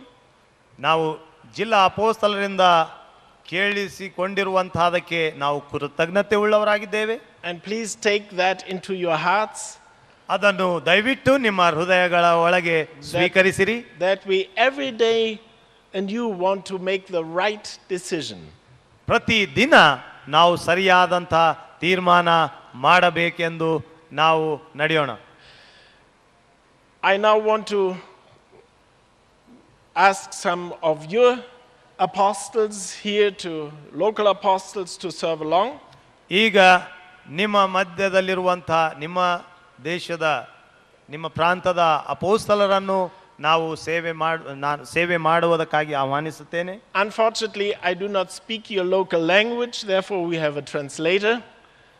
ನಾನು ನಿಮ್ಮ ಭಾಷೆ ಮಾತಾಡುವುದಿಲ್ಲ, ದುರ್ದೈವ, ನಿಮ್ಮ ಒಂದು ಭಾಷೆ ನಾನು ಮಾತಾಡಕ್ಕೆ ಆಗೋದಿಲ್ಲ. But I've heard some of your apostles speak also the local language here. ಆದರೆ ನಿಮ್ಮ ಅಪೋಸ್ತಲರಲ್ಲಿ ಹಲವು ಅಪೋಸ್ತಲರು ನೀವಾಡುವಂತಹ ಭಾಷೆ ಆಡುವಂತಹದ್ದು ನನಗೆ ಗೊತ್ತು. So I asked the apostle David to serve along. ಆದ್ದರಿಂದ ನಾನು ಅಪೋಸ್ತಲ್ ಡೇವಿಡ್ ಅವರು ಬಂದು ಸೇವೆ ಮಾಡಬೇಕೆಂದು He ಕೇಳ್ತೇನೆ. can do that now in your local language. ಅವರು ಈಗ ನಿಮ್ಮ ಭಾಷೆಯಲ್ಲಿಯೇ ಅವರು ಸೇವೆ ಮಾಡುತ್ತಾರೆ. That gives a moment of rest to the translator. ಇಲ್ಲಿ ಭಾಷಾಂತರ ಪಡಿಸುವಂತ ಅವರಿಗೂ ಸಹ ಸ್ವಲ್ಪ ವಿಶ್ರಾಮ ಸಿಗುತ್ತದೆ. And the choir may sing, please.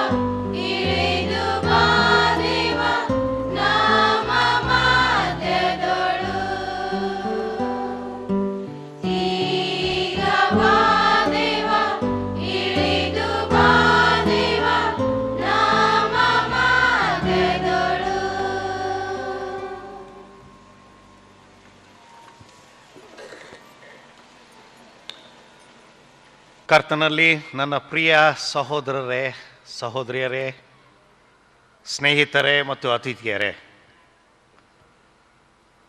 ನಾವು ಇವತ್ತು ಮೋಸೆಯನ ವಿಷಯದಲ್ಲಿ ಎಷ್ಟೋ ವಿಷಯಗಳನ್ನು ಕೇಳಿದೆವು. ಅದರಲ್ಲಿ ನನಗೆ ಒಂದು ನೆನಪು ಬಂತು. ಒಂದು ಸಮಯದಲ್ಲಿ ಐಗುಪ್ತ ದೇಶದಿಂದ ಹೊರಗೆ ಬರುವಾಗ ದೇವರ ಮಕ್ಕಳಿಗೆ ನೀರಿಲ್ಲದ ಸಂದರ್ಭವಿತ್ತು. ಆದರೆ ಈ ಸೇವಕನ ಮೂಲಕ ಆ ಬಂಡೆಯನ್ನು ಹೊಡೆದಾಗ ಅದರಿಂದ ಅವರ ದಾಹವನ್ನು ಸಂಪೂರ್ಣಗೊಳಿಸಲಿಕ್ಕೆ ಸಾಧ್ಯವಾಯಿತು ಅಂತ ನಾವು ಅಲ್ಲಿ ಓದ್ತೇವೆ. ಇವತ್ತು ಪ್ರಿಯರೇ, ನಮ್ಮ ತಂದೆಯಾದ ದೇವರ ಕೃಪೆಯಿಂದ ಆ ಬಂಡೆಯನ್ನು ನಮ್ಮ ಮಧ್ಯದಲ್ಲಿ ತಂದು ನಮ್ಮ ಆತ್ಮಿಕ ದಾಹವನ್ನು ನೆರವೇರಿಸುವುದಕ್ಕಾಗಿ ನಮ್ಮ ಮುಖ್ಯ ಪ್ರೇಷಿತರನ್ನು ನಮ್ಮ ಮಧ್ಯದಲ್ಲಿ ತಂದಿದ್ದಾರೆ. ಎಂತಹ ಒಂದು ಭಾಗ್ಯವಂತರಾಗಿ ಇರಬೇಕು ನಾವು, ಆಶೀರ್ವಾದಿಸಲ್ಪಟ್ಟವರು. ಆದರೆ ನಾವು ಇವತ್ತು ಕೇಳಿರುವಂಥ ವಿಷಯದಲ್ಲಿ ಒಂದು ತೀರ್ಮಾನ, ಹೌದು, ನಮ್ಮ ಜಿಲ್ಲಾ ಪ್ರೇಷಿತರಾದಂಥ ಕಿಚಿಂಗ್ ಅವರು ಹೇಳಿದರು, ನಿಮ್ಮನ್ನು ನೋಡುವಾಗ ಹೆಮ್ಮೆ ಪಡುತ್ತೇನೆ, ಯಾಕಂದರೆ ನೀವು ನಮ್ಮ ಜೀವವುಳ್ಳ ದೇವರಿಗೋಸ್ಕರ ಒಂದು ತೀರ್ಮಾನವನ್ನು ತಗೊಳ್ಳುವವರಾಗಿದ್ದೀರಿ ಎಂಬುದಾಗಿ. ಆದರೆ ನಾವು ಇನ್ನೊಂದು ಜಾಗ್ರತೆ ಉಳ್ಳವರಾಗಿರಬೇಕು ಪ್ರಿಯರೇ. ಯಾಕಂದರೆ ಸೈತಾನನು ಒಂದು ಸಮಯ ಕೂಡ ಒಂದು ಸೆಕೆಂಡ್ ನಿಮಿಷನೂ ನಿದ್ರೆ ಮಾಡೋದಿಲ್ಲ. ನಮ್ಮ ಮುಖ್ಯ ಪ್ರೇಷಿತರು ನಮಗೆ ಹೋದ ಕೆಲವು ದಿನಗಳಲ್ಲಿ ನೆನಪು ಪಡಿಸಿದರು, ಕಡೆಯ ತನಕ ಸ್ಥಿರವಾಗಿ ಇದೇ ತೀರ್ಮಾನವನ್ನು ದಿನೇ ದಿನೇ ನಾವು ನೆನಪು ಮಾಡಿಕೊಳ್ಬೇಕಾಗಿದೆ. ನಾನು ಕರ್ತನಿಗೋಸ್ಕರ ಎಂತಹ ಒಂದು ತೀರ್ಮಾನವನ್ನು ಮಾಡಿದ್ದೇನೋ, ನಾನು ದೃಢೀಕರಣ ಹೊಂದುವಾಗ, ನಾನು ದೀಕ್ಷಾಸ್ನಾನ ಹೊಂದುವಾಗ, ನಾನು ಮುದ್ರಿಸಲ್ಪಟ್ಟಾಗ, ಹೌದು ಈ ಲೋಕದಲ್ಲಿ ಇರುವಂಥ ಅನೇಕ ಚಿಕ್ಕ ಚಿಕ್ಕ ದೇವತೆಗಳು, ಒಂದು ಕಡೆ ಅಧಿಕಾರ, ಒಂದು ಕಡೆ ದುಡ್ಡು, ಒಂದು ಕಡೆ ಸ್ಥಾನ, ಒಂದು ಕಡೆ ಮಾನ, ಇದನ್ನೆಲ್ಲ ಪೂಜಿಸುವವರಾಗಿದ್ದಾರೆ ಇವತ್ತು. ಆದರೆ ಅನೇಕ ವರ್ಷಗಳ ಮುಂಚೆ ಈ ಮೋಸೆ ಎಂಬುವಂಥ ಸೇವಕನು ತೀರ್ಹೋದ ಮೇಲೆ ಯೆಹೋಶುವನು ಬಂದನು. ಜನರ ಮಧ್ಯದಲ್ಲಿ ಅವರ ಮನಸ್ಸನ್ನು ನೋಡಿ, ಗಲಿಬಿಲಿಯನ್ನು ನೋಡಿ ಆತನೊಂದು ಮಾತನ್ನು ಕೇಳ್ತಾನೆ, ನೀವು ಇವತ್ತು ತೀರ್ಮಾನವನ್ನು ತಗೊಳ್ಬೇಕಾಗಿದೆ. ನಮ್ಮ ದೇವರನ್ನು ಸೇವಿಸುತ್ತೀರೋ ಅಥವಾ ಈ ಲೋಕದ ಪ್ರಕಾರ ದೇವತೆಗಳನ್ನು ಸೇವಿಸುತ್ತೀರೋ? ನಮ್ಮ ದೇವರನ್ನು ಸೇವಿಸುವರು ನನ್ನ ಬಲಗಡೆಗೆ ಬನ್ನಿ. ನನ್ನ ಪ್ರಿಯ ಸಹೋದರರು ಸಹೋದರಿಯರೇ, ಇವತ್ತು ನಮ್ಮ ಮುಖ್ಯ ಪ್ರೇಷಿತರ ಮೂಲಕ ಇನ್ನೊಂದು ಸರಿ ನಾವು ದೇವರಿಗೆ ಕೊಟ್ಟಿರುವಂಥ ವಾಗ್ದಾನವನ್ನು ಇನ್ನೊಂದು ಸರಿ ನಾವು ಗಟ್ಟಿ ಮಾಡಿಕೊಂಡು, ಇಲ್ಲ ತಂದೆಯೇ, ನಾವು ನಿನ್ನನ್ನು ಸೇವಿಸುವವರಾಗಿರ್ತೇವೆ, ನಿನ್ನನ್ನು ಹಿಂಬಾಲಿಸುವವರಾಗಿರ್ತೇವೆ, ನಮ್ಮನ್ನು ಸಹಾಯಿಸು. ಈ ನಿನ್ನ ದೊಡ್ಡ ಯೋಜನೆ, ನನ್ನನ್ನು ಯಾಕೆ ಹುಟ್ಟಿಸಿದೆಯೋ ಈ ಲೋಕದಲ್ಲಿ, ಆ ಯೋಜನೆ ಮೊದಲೇ ಮಾಡಿದೆಯಲ್ಲ, ಅದು ನನ್ನ ಮೂಲಕ ನಿನ್ನ ಕೆಲಸ ಸಂಪೂರ್ಣತೆಗೆ ಬರಲಿ ಎಂಬುದಾಗಿ ನಮ್ಮ ಮುಖ್ಯ ಪ್ರೇಷಿತರಿಗೆ, ನಮ್ಮ ಜಿಲ್ಲಾ ಪ್ರೇಷಿತರುಗಳಿಗೆ ಸಹಾಯಕರಾಗಿ, ಪ್ರಿಯರೇ, ನಮ್ಮ ತಂದೆಯಾದ ದೇವರ ದೊಡ್ಡ ಯೋಜನೆಯನ್ನು, ಆತನ ಮಗನ ಮೂಲಕ ಸ್ಥಾಪನೆ ಮಾಡಿರುವಂಥ ಯೋಜನೆಯನ್ನು ನಾವು ಮುಕ್ತಾಯಕ್ಕೆ ತಗೊಂಡು ಬರುವ. ಆಮೆನ್.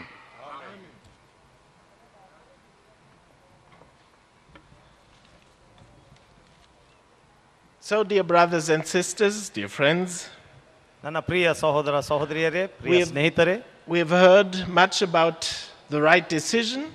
ಸರಿಯಾದಂಥ ತೀರ್ಮಾನಗಳ ವಿಷಯದಲ್ಲಿ ಹೆಚ್ಚಾಗಿ ನಾವು ಕೇಳಿದ್ದೇವೆ. Let me just add one thing. ನಾನು ಒಂದೇ ವಿಷಯವನ್ನು ಇದಕ್ಕೆ ಕೂಡಿಸಲಿಕ್ಕೆ ಇಷ್ಟಪಡುತ್ತೇನೆ. The district apostle Kitching said that sometimes we are pressed. District apostle Kitching ಅವರು ಹೇಳಿದರು, ಒಂದೊಂದು ಸಾರಿ ನಾವು ಒತ್ತಡಗಳಲ್ಲಿರುತ್ತೇವೆಂದು, and influenced by many sides to make this or that decision. ಮತ್ತು ಅನೇಕ ಕಡೆಗಳಿಂದ ನಮಗೆ ಅನೇಕ ಪ್ರಭಾವಗಳು ನಾವು ಯಾವ ತೀರ್ಮಾನ ತೆಗೆದುಕೊಳ್ಳಬೇಕೆಂಬಂಥ ಒಂದು ಸಂದೇಹ ನಮ್ಮಲ್ಲಿ ಉಂಟು ಮಾಡುತ್ತದೆ. And that's not an easy situation. ಮತ್ತು ಅಂತಹ ಸಂದರ್ಭಗಳು ಸುಲಭವಾದಂಥ ಸಂದರ್ಭಗಳಲ್ಲ. But when we make the right decision, ಯಾವಾಗ ನಾವು ಸರಿಯಾದಂಥ ತೀರ್ಮಾನವನ್ನು ಮಾಡುತ್ತೇವೋ, then we have peace in our heart. ಆವಾಗಲೇ ನಮ್ಮ ಹೃದಯದಲ್ಲಿ ಸಮಾಧಾನವು ತುಂಬಿರುತ್ತದೆ. And our Heavenly Father will bless us even more. ಮತ್ತು ನಮ್ಮ ಪರಲೋಕದ ತಂದೆಯು ಇನ್ನೂ ಹೆಚ್ಚಾಗಿ ನಮ್ಮನ್ನು ಆಶೀರ್ವದಿಸುವಾತನಾಗಿದ್ದಾನೆ. An example is the Lord Jesus. ಒಂದು ಉದಾಹರಣೆ ಯಾವುದು? ಯೇಸು ಕ್ರಿಸ್ತನೇ. He was tempted in the desert. ಆತನು ಅರಣ್ಯ ಪ್ರದೇಶದಲ್ಲಿ ಶೋಧಿಸಲ್ಪಟ್ಟನು. And finally Satan showed him all the riches of the world. ಸೈತಾನನು ಲೋಕದ ಎಲ್ಲಾ ಐಶ್ವರ್ಯವನ್ನು, ರಾಜ್ಯಗಳನ್ನು ತೋರಿಸಿದನು. And he said, everything I will give to you. ಎಲ್ಲವನ್ನು ನಾನು ನಿನಗೆ ಕೊಡುತ್ತೇನೆ when you kneel down and adore me. ನೀನು ನನ್ನನ್ನು ನಮಸ್ಕರಿಸಿ ಆರಾಧಿಸಿದಾಗ. And then the Lord Jesus made the right decision. ಆವಾಗ ಯೇಸು ಕ್ರಿಸ್ತನು ಸರಿಯಾದ ತೀರ್ಮಾನವನ್ನು ಮಾಡಿದನು. He did not avoid the decision. ಆತನು ಆ ತೀರ್ಮಾನವನ್ನು ಆತನು ತಡೆಗಟ್ಟಲಿಲ್ಲ. He did not say, oh well, let's wait a little bit. ಆತನು ಹೇಳಲಿಲ್ಲ, ಇನ್ನೂ ಸ್ವಲ್ಪ ಕಾದು ನೋಡೋಣ, ಇನ್ನೂ ಸ್ವಲ್ಪ ಸಮಯ ಹೋಗಲಿ ಎಂದು ಹೇಳಲಿಲ್ಲ. He did not say, oh, let us wait until next week. ಮುಂದಿನ ವಾರ ತನಕ ಕಾಯೋಣ ಎಂದು ಆತನು ಹೇಳಿಲ್ಲ. I do not want to have some trouble with you. ನಿನ್ನ ಜೊತೆಯಲ್ಲಿ ನನಗೆ ಯಾವ ಗೊಡವೆ ಬೇಡ, ನನಗೆ ಯಾವ ಕಷ್ಟ ಬೇಡ ಅಂತ ಆತನು ಹೇಳಲಿಲ್ಲ. He made a clear decision. ಆತನು ಸ್ಪಷ್ಟವಾದಂತ ತೀರ್ಮಾನವನ್ನು ಮಾಡಿದನು. And he said, It is written, you shall adore God alone and serve unto him. ಆತನು ಹೇಳಿದನು, ಬರೆಯಲ್ಪಟ್ಟಿದೆ, ನೀನು ದೇವರಿಗೆ ಬಿಟ್ಟು ಬೇರೆ ಯಾರನ್ನು ಆರಾಧಿಸಬಾರದೆಂದು. And in this moment there was peace again. ಆ ಸಮಯದಲ್ಲಿ, ಆ ಕ್ಷಣದಲ್ಲಿ ಆತನ ಹೃದಯದಲ್ಲಿ ಮತ್ತೆ ಸಮಾಧಾನವು ತುಂಬಿತ್ತು. And it says in the Holy Scriptures that the angels came. Bible ಅಲ್ಲಿ ನಾವು ನೋಡ್ತೇವೆ ಏನಂದ್ರೆ, ದೇವದೂತರು ಬಂದರು and they served unto the Lord. ಮತ್ತು ಅವರು ಆತನ ಸೇವೆ ಮಾಡಿದರು ಅಂತ ನಾವು ನೋಡ್ತೇವೆ. That's a general experience. ಇದು ಸಹಜವಾದಂತಹ ಒಂದು ಅನುಭವ. As long as we have no clear decision, ಎಲ್ಲಿಯವರೆಗೆ ನಮ್ಮಲ್ಲಿ ಒಂದು ಸ್ಪಷ್ಟವಾದಂತಹ ತೀರ್ಮಾನಗಳಿರುವುದಿಲ್ಲವೋ, then there's unrest in ನಮ್ಮ our heart. ಹೃದಯದಲ್ಲಿ ಕಳವಳ, ಸಮಾಧಾನದ ಇಲ್ಲದಂತಹದ್ದು ನಾವು ಅನುಭವಿಸ್ತೇವೆ. There's no peace. ಸಮಾಧಾನ ಇರುವುದಿಲ್ಲ. But when we have made the decision, ಯಾವಾಗ ನಾವು ತೀರ್ಮಾನ ತೆಗೆದುಕೊಳ್ಳುತ್ತೇವೋ, then our Heavenly Father sends his angels. ಆವಾಗ ನಮ್ಮ ಪರಲೋಕದ ತಂದೆಯು ತನ್ನ ದೂತರನ್ನು ಕಳುಹಿಸುತ್ತಾನೆ And they serve unto us. ಮತ್ತು ಅವರು ನಮಗೆ ಸೇವೆ ಮಾಡುತ್ತಾರೆ. Then we have peace. ಆವಾಗ ನಮ್ಮಲ್ಲಿ ಸಮಾಧಾನ ಬರುತ್ತದೆ. And then we get the blessing of our Heavenly Father. ಮತ್ತು ನಮ್ಮ ಪರಲೋಕದ ತಂದೆಯ ಆಶೀರ್ವಾದವನ್ನು ಸಹ ನಾವು ಹೊಂದುತ್ತೇವೆ. You can be sure that will be the case also in the future. ಭವಿಷ್ಯತ್ತಿನಲ್ಲಿ ನಮ್ಮ ಜೀವಿತಗಳು ಹೀಗೆ ಇರಬಹುದೆಂದು ನೀವು ದೃಢಪಡಿಸಿಕೊಳ್ಳಿರಿ. Now, dear brothers and sisters, let's remain faithful. ಈಗ ನನ್ನ ಪ್ರೀತಿಯುಳ್ಳ ಸಹೋದರ ಸಹೋದರಿಯರೇ, ನಾವೆಲ್ಲರೂ ನಂಬಿಗಸ್ತರಾಗಿ ಜೀವಿಸೋಣ. Every day affirm our decision. ನಮ್ಮ ತೀರ್ಮಾನಗಳು ಪ್ರತಿ ದಿನ ನಾವು ಖಚಿತಪಡಿಸಿಕೊಳ್ಳೋಣ. And let us strive for completion. ಮತ್ತು ಪರಿಪೂರ್ಣತೆಗಾಗಿ ನಾವು ಪ್ರಯಾಸ ಪಡೋಣ. Now we want to prepare ourselves for the Holy Communion. ಪವಿತ್ರ ಭೋಜನ ಪರಿಚರ್ಯಕ್ಕಾಗಿ ನಾವು ನಮ್ಮನ್ನು ನಾವು ಸಿದ್ಧಪಡಿಸಿಕೊಳ್ಳುವಂತೆ. This is a most holy moment. ಈ ಸಮಯವು ಒಂದು ಬಹಳ ಬಹಳ ಪವಿತ್ರವಾದಂತಹ ಗಳಿಗೆ ಸಮಯವಾಗಿದೆ. When we receive the body and the blood of Jesus. ಯಾವಾಗ ನಾವು ಯೇಸು ಕ್ರಿಸ್ತನ ದೇಹ ಮತ್ತು ರಕ್ತವನ್ನು ಸ್ವೀಕರಿಸುತ್ತೇವೋ. And it is important for our spiritual life. ಅದು ನಮ್ಮ ಆತ್ಮಿಕ ಜೀವಿತಗಳಿಗೆ ಬಹಳ ವಿಶೇಷವಾದಂತದಾಗಿದೆ. The Lord Jesus once said, ಯೇಸು ಕ್ರಿಸ್ತನು ಒಂದು ಸಾರಿ ಹೇಳಿದನು, when you do not eat my flesh, ನೀವು ನನ್ನ ದೇಹವನ್ನು ತಿನ್ನದೇ ಇರುವಾಗ, and not drink my blood, ನನ್ನ ರಕ್ತವನ್ನು ಕುಡಿಯದೇ ಇರುವಾಗ, then you have no spiritual life in you. ನಿಮ್ಮಲ್ಲಿ ಆತ್ಮವಾಗಲಿ ಜೀವವಾಗಲಿ ಇಲ್ಲ. So, body and blood of Jesus guarantee us ಕ್ರಿಸ್ತನ ದೇಹ ಮತ್ತು ರಕ್ತ that we have the life of the Lord Jesus within us. ನಾವು ಯೇಸು ಕ್ರಿಸ್ತನ ಜೀವನ ನಮ್ಮಲ್ಲಿರುವಂತೆ ಅದು ದೃಢಪಡಿಸುತ್ತದೆ. That gives a wonderful unity. ಅದು ಒಂದು ಅದ್ಭುತವಾದಂತ ಐಕ್ಯತೆಯನ್ನು ಕೊಡುವಂತದಾಗಿದೆ. With the Lord Jesus and our Heavenly Father. ಯೇಸು ಕ್ರಿಸ್ತನ ಜೊತೆಯಲ್ಲಿ ಮತ್ತು ನಮ್ಮ ಪರಲೋಕದ ತಂದೆಯ ಜೊತೆಯಲ್ಲಿ. And this gives us also the necessary strength. ಮತ್ತು ಇದು ನಮಗೆ ಬೇಕಾಗಿರುವಂತಹ ಬಲವನ್ನು ಸಹ ಕೊಡುತ್ತದೆ. The strength to carry on. ನಾವು ಮುಂದೆ ಸಾಗುವುದಕ್ಕಾಗಿ ಬಲ. The strength to make the right decision. ಸರಿಯಾದಂತ ತೀರ್ಮಾನ ಮಾಡುವುದಕ್ಕಾಗಿ ಬಲ. The strength even to cope with things which are not so pleasant. ನಮಗೆ ವಿರದಂತ ಸಂದರ್ಭಗಳನ್ನು ಎದುರಿಸೋದಕ್ಕೆ ಬಲ. That gives us the strength to remain in faith. ನಾವು ವಿಶ್ವಾಸದಲ್ಲಿ ಜೀವಿಸುವಂತೆ ಬಲ. And to have this wonderful hope, we are longing for the day of the Lord. ಯೇಸು ಕ್ರಿಸ್ತನ ದಿನಕ್ಕಾಗಿ ನಾವು ಆಶಿಸುತ್ತಾ ಇದ್ದೇವೆ, ಹಂಬಲಿಸುತ್ತಾ ಇದ್ದೇವೆ ಎಂಬಂತ ಒಂದು ನಿರೀಕ್ಷೆಯ ಬಲ. Now this wonderful life of our Heavenly Father and His Son shall again penetrate our hearts. ಈಗ ನಮ್ಮ ಯೇಸು ಕ್ರಿಸ್ತನ ಮತ್ತು ಪರಲೋಕದ ತಂದೆಯ ಜೀವ ಅದ್ಭುತ ರೀತಿಯಿಂದ ನಮ್ಮ ಹೃದಯಗಳನ್ನು ಪ್ರವೇಶಿಸುವಂತದಾಗಿದೆ. We want to bow deeply before Him. ಆತನ ಎದುರಿನಲ್ಲಿ ನಾವು ಗಂಭೀರ ಉಳ್ಳವರಾಗಿ, ನಾವು ಆತನಿಗೆ ನಾವು ದೀನವುಳ್ಳವರಾಗಿ ಬಾಗಿ, and accept the grace with a humble heart. ಮತ್ತು ದೀನವುಳ್ಳಂತಹ ಒಂದು ಹೃದಯದಿಂದ ನಾವು ಕೃಪೆಯನ್ನು ಸ್ವೀಕರಿಸುವುದಕ್ಕೆ ನಾವು ಸಿದ್ಧರಾಗಿರಬೇಕಾಗಿದೆ. Amen. Amen. Let's stand up and pray the Lord's Prayer. ನಾವೆಲ್ಲರೂ ಎದ್ದು ನಿಂತುಕೊಂಡು ಕರ್ತನ ಪ್ರಾರ್ಥನೆಯನ್ನು ಹೇಳಿಕೊಳ್ಳೋಣ. Please. ಪರಲೋಕದಲ್ಲಿರುವ ನಮ್ಮ ತಂದೆಯೇ, ನಿನ್ನ ನಾಮವು ಪರಿಶುದ್ಧವೆಂದು ಎಣಿಸಲ್ಪಡಲಿ. ನಿನ್ನ ರಾಜ್ಯವು ಬರಲಿ. ನಿನ್ನ ಚಿತ್ತವು ಪರಲೋಕದಲ್ಲಿ ನೆರವೇರುವ ಪ್ರಕಾರ ಭೂಲೋಕದಲ್ಲಿಯೂ ನೆರವೇರಲಿ. ನಮ್ಮ ಅನುದಿನದ ಆಹಾರವನ್ನು ನಮಗೆ ಈ ದಿನವೂ ದಯಪಾಲಿಸು. ನಮಗೆ ಋಣಿಯಾಗಿರುವವರನ್ನು ನಾವು ಕ್ಷಮಿಸುವಂತೆ ನಮ್ಮ ಋಣಗಳನ್ನು ಕ್ಷಮಿಸು. ನಮ್ಮನ್ನು ಶೋಧನೆಗೆ ಸೇರಿಸದೆ ಕೇಡಿನಿಂದ ತಪ್ಪಿಸು. ಏಕೆಂದರೆ ರಾಜ್ಯವು, ಬಲವು, ಮಹಿಮೆಯು ಸದಾಕಾಲ ನಿನ್ನವೇ. Amen. I now proclaim unto you the glad tidings. ಈಗ ನಾನು ನಿಮಗೆ ಶುಭ ಸಂದೇಶವನ್ನು ಪ್ರಕಟಿಸುತ್ತೇನೆ. That in the name of our Lord Jesus Christ, ನಮ್ಮ ಕರ್ತನಾದ ಯೇಸು ಕ್ರಿಸ್ತನ ಹೆಸರಿನಲ್ಲಿ, the Son of the living God, ದೇವರ ಜೀವವುಳ್ಳ ಕುಮಾರನು, your sins are forgiven, ನಿಮ್ಮ ಪಾಪಗಳು ಕ್ಷಮಿಸಲ್ಪಟ್ಟಿವೆ, and the peace of the risen one abide with you. ಮತ್ತು ಪುನರುತ್ಥಾನ ಹೊಂದಿದಾತನ ಸಮಾಧಾನವು ನಿಮ್ಮಲ್ಲಿ ನೆಲೆಗೊಂಡಿರಲಿ. Amen. ಆಮೆನ್.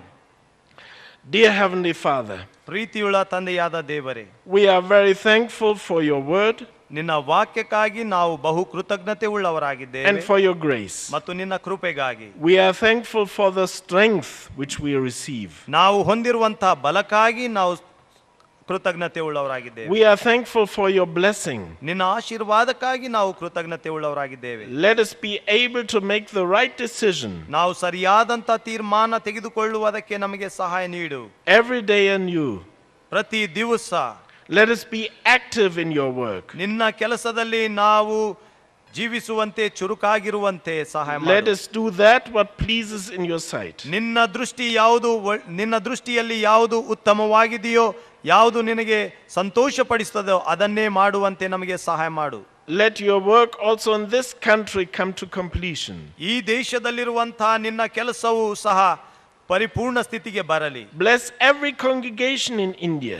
ಇಂಡಿಯಾ ದೇಶದಲ್ಲಿರುವಂತಹ ಪ್ರತಿ ಸಭೆಯನ್ನು ನೀನು ಆಶೀರ್ವದಿಸು. Bless every soul here in this country. ಈ ದೇಶದಲ್ಲಿರುವಂತಹ ಪ್ರತಿ ಆತ್ಮವನ್ನು ಆಶೀರ್ವದಿಸು. Give also peace in the natural circumstances. ಲೌಕಿಕವಾದಂಥ ರೀತಿಯಲ್ಲಿಯೂ ಸಹ ಎಲ್ಲಾ ಸಂದರ್ಭಗಳಲ್ಲಿ ಸಮಾಧಾನವನ್ನು ನೀನು ಅನುಗ್ರಹಿಸು. But especially we pray, let us have always peace in our hearts. ಆದರೆ ವಿಶೇಷವಾಗಿ ನಾವು ಪ್ರಾರ್ಥಿಸುತ್ತೇವೆ, ನಮ್ಮ ಹೃದಯಗಳಲ್ಲಿ ನಾವು ಯಾವಾಗಲೂ ಸಮಾಧಾನ ಹೊಂದಿದವರಾಗಿ ಜೀವಿಸಲಿಕ್ಕೆ ಸಹಾಯ ಮಾಡು. Dear Heavenly Father, let the congregations be strong. ಪ್ರೀತಿಯುಳ್ಳ ತಂದೆಯಾದ ದೇವರೇ, ಇಲ್ಲಿರುವಂತಹ ಸಭೆಗಳು ಬಲ ಹೊಂದಿದವುಗಳಾಗಿರಲಿ. And let us be all filled with love. ಮತ್ತು ಪ್ರೀತಿಯಿಂದ ನಾವೆಲ್ಲರೂ ತುಂಬಿರುವಂತೆ ನೀನು ಸಹಾಯ ಮಾಡು. Now we are very thankful for the sacrifice your beloved Son has brought. ಮತ್ತು ನಿನ್ನ ಮಗನು ತಂದಿರುವಂತ ಆತನ ಬಲಿದಾನಕ್ಕಾಗಿ ನಾವು ನಿನಗೆ ಸ್ತೋತ್ರವನ್ನು ಸಲ್ಲಿಸುತ್ತೇವೆ. It is also today a miracle ಇವತ್ತಿನ ದಿವಸದಲ್ಲಿ ಇದು ಒಂದು ಅದ್ಭುತವಾಗಿದೆ. that we still today can enjoy that what your beloved Son has brought. ನಿನ್ನ ಮಗನು ತಂದಿರುವಂತಹದನ್ನು ನಾವು ಈ ಹೊತ್ತಿನ ದಿವಸದಲ್ಲಿಯೂ ಸಹ ನಾವು ಆನಂದಿಸುವಂತೆ ನೀನು ಇಟ್ಟಿರುವಂತ ಸಮಕ್ಕಾಗಿ. Accept our thankful hearts ನಮ್ಮ ಕೃತಜ್ಞತೆ ಉಳ್ಳಂತಹ ಹೃದಯಗಳನ್ನು ಸ್ವೀಕರಿಸು. and let us and you be filled with spiritual strength. ಮತ್ತು ಒಂದು ಬಲವುಳ್ಳಂತಹ ಆತ್ಮದಿಂದ ತುಂಬಿರುವಂತೆ ಸಹಾಯ ಮಾಡು. I now consecrate bread and wine for Holy Communion. ನಾನು ಈಗ ರೊಟ್ಟಿ ಮತ್ತು ದ್ರಾಕ್ಷ ರಸವನ್ನು ಪವಿತ್ರ ಭೋಜನಕ್ಕಾಗಿ ಪ್ರತಿಷ್ಠಿಸುತ್ತೇನೆ. And lay thereupon the once brought and eternally valid sacrifice of Jesus Christ. ಮತ್ತು ಯೇಸು ಕ್ರಿಸ್ತನ ಒಂದೇ ಬಾರಿಗೆ ತಂದ ನಿತ್ಯಕ್ಕೂ ಖಚಿತವಾದ ಬಲಿದಾನವನ್ನು ಈ ವಸ್ತುಗಳಲ್ಲಿ ತರುತ್ತೇನೆ. With the words, "This is my body, broken and given into death for you." ಈ ಮಾತುಗಳಿಂದ ತರುತ್ತೇನೆ, ಇದು ನಿಮಗೋಸ್ಕರ ಮುರಿಯಲ್ಪಟ್ಟು ಮರಣಕ್ಕೆ ಒಪ್ಪಿಸಲ್ಪಟ್ಟ ನನ್ನ ದೇಹ, This is my blood shed for you for the forgiveness of sins. ಇದು ನಿಮ್ಮ ಪಾಪಗಳ ಕ್ಷಮೆಗಾಗಿ ಸುರಿಸಿದ ನನ್ನ ರಕ್ತ. As often as you partake thereof, do so in remembrance of me. ನೀವು ಇದರಲ್ಲಿ ಭಾಗವಹಿಸುವಾಗಲೆಲ್ಲ ನನ್ನ ಜ್ಞಾಪಕಾರ್ಥಕವಾಗಿ ಇದನ್ನು ಮಾಡಿರಿ. Amen. Amen. The body and the blood of Jesus given for you. Amen. The body and the blood of Jesus given for you. The body and the blood of Jesus given for you. Amen.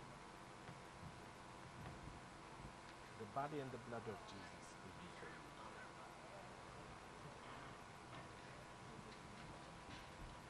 The body and the blood of Jesus given for you.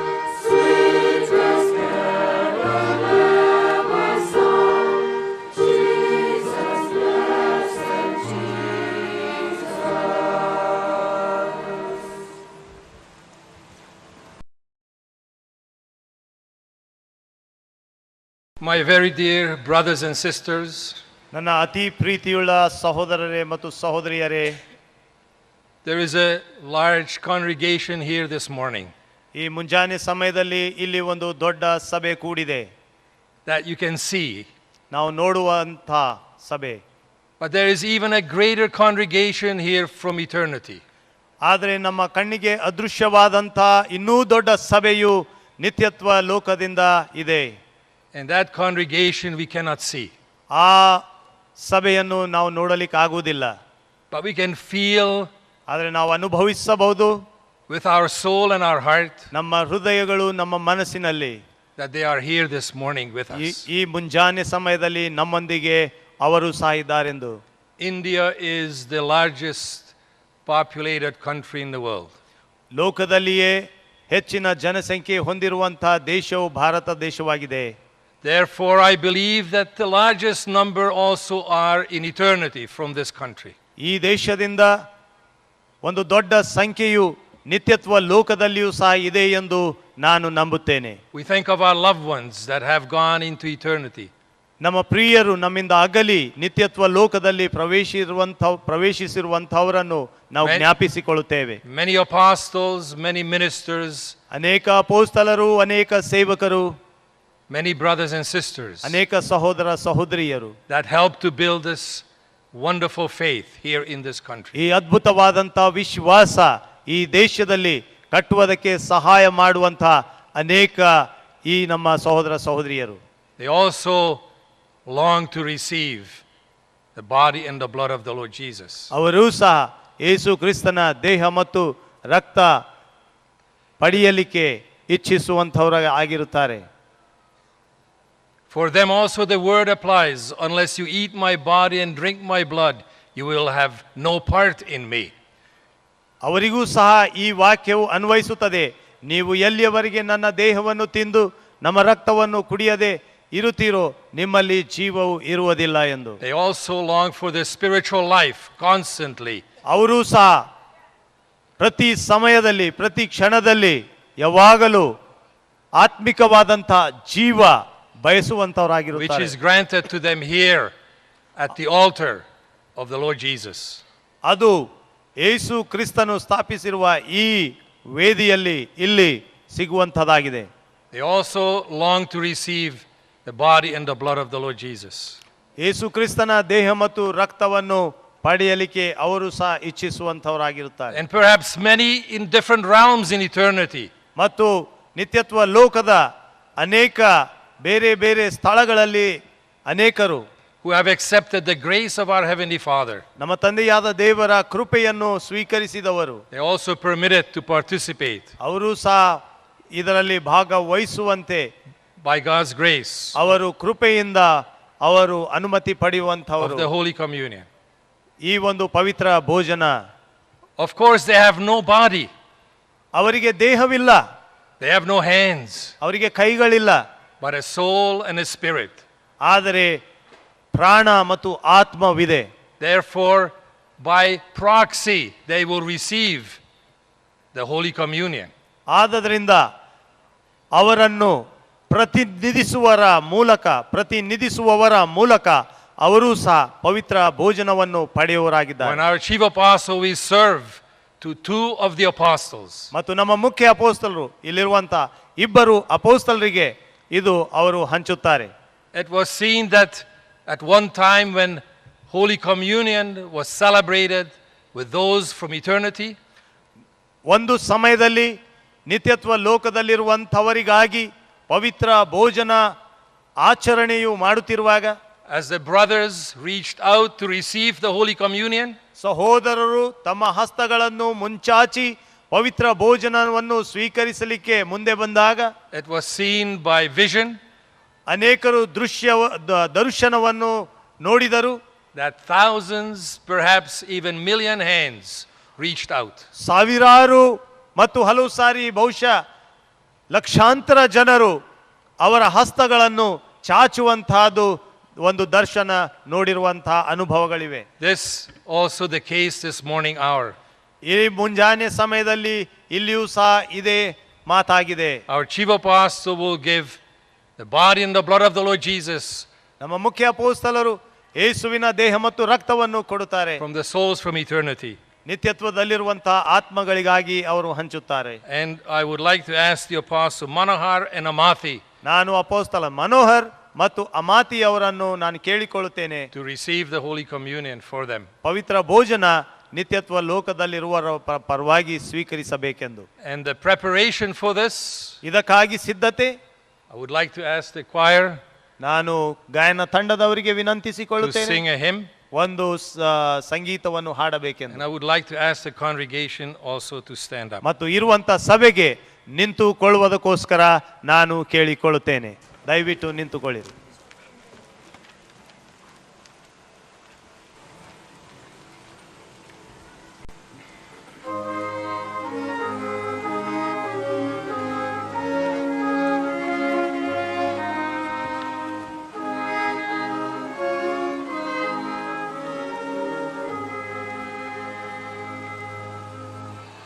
Softly and tenderly, Jesus is calling, calling for you and for me.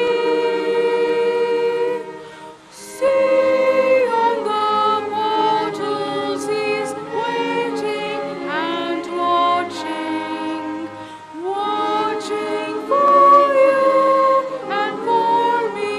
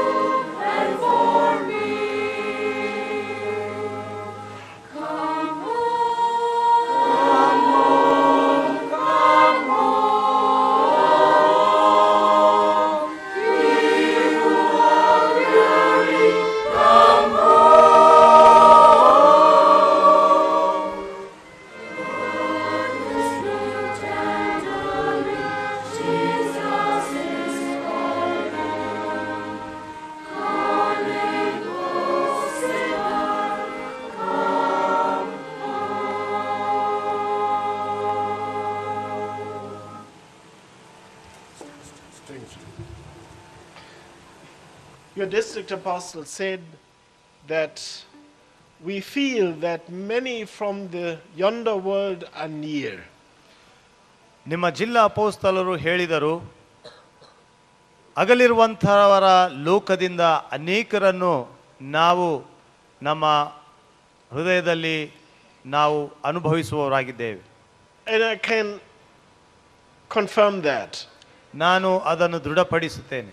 I personally have the feeling that one special soul out of your people is very near. ನನಗೆ ಒಂದು ಭಾವನೆ ಇದೆ, ನಿಮ್ಮಲ್ಲಿ ನಿಮ್ಮ ಜನರಲ್ಲಿ ಇರುವಂಥ ಒಂದು ಆತ್ಮ, ಒಂದು ವಿಶೇಷವಾದಂಥ ಆತ್ಮ ಇಲ್ಲಿಯೇ ಹತ್ತಿರದಲ್ಲಿಯೇ ಇದೆ ಎಂದು. And that is the sister Robinson. ಅದು sister Robinson. She is probably the first to be sealed out of your country. ನಿಮ್ಮ ದೇಶದಲ್ಲಿ ಬಹುಶಃ ಅವರೇ ಪ್ರಥಮವಾಗಿ ಮುದ್ರಿಸಲ್ಪಟ್ಟಂಥವರಾಗಿದ್ದಾರೆ. That was the mother of the later apostle Robinson. ಅವರು ಮುಂದೆ ಆಗಿರುವಂಥ ಅಪೊಸ್ತಲ್ ರಾಬಿನ್ಸನ್ ಅವರ ತಾಯಿಯವರು. Actually, she was sealed in Denmark. ಅವರು ಡೆನ್ಮಾರ್ಕ್ ದೇಶದಲ್ಲಿ ಮುದ್ರೆಯನ್ನು ಹೊಂದಿದರು. That is the area where I was responsible for as a district apostle.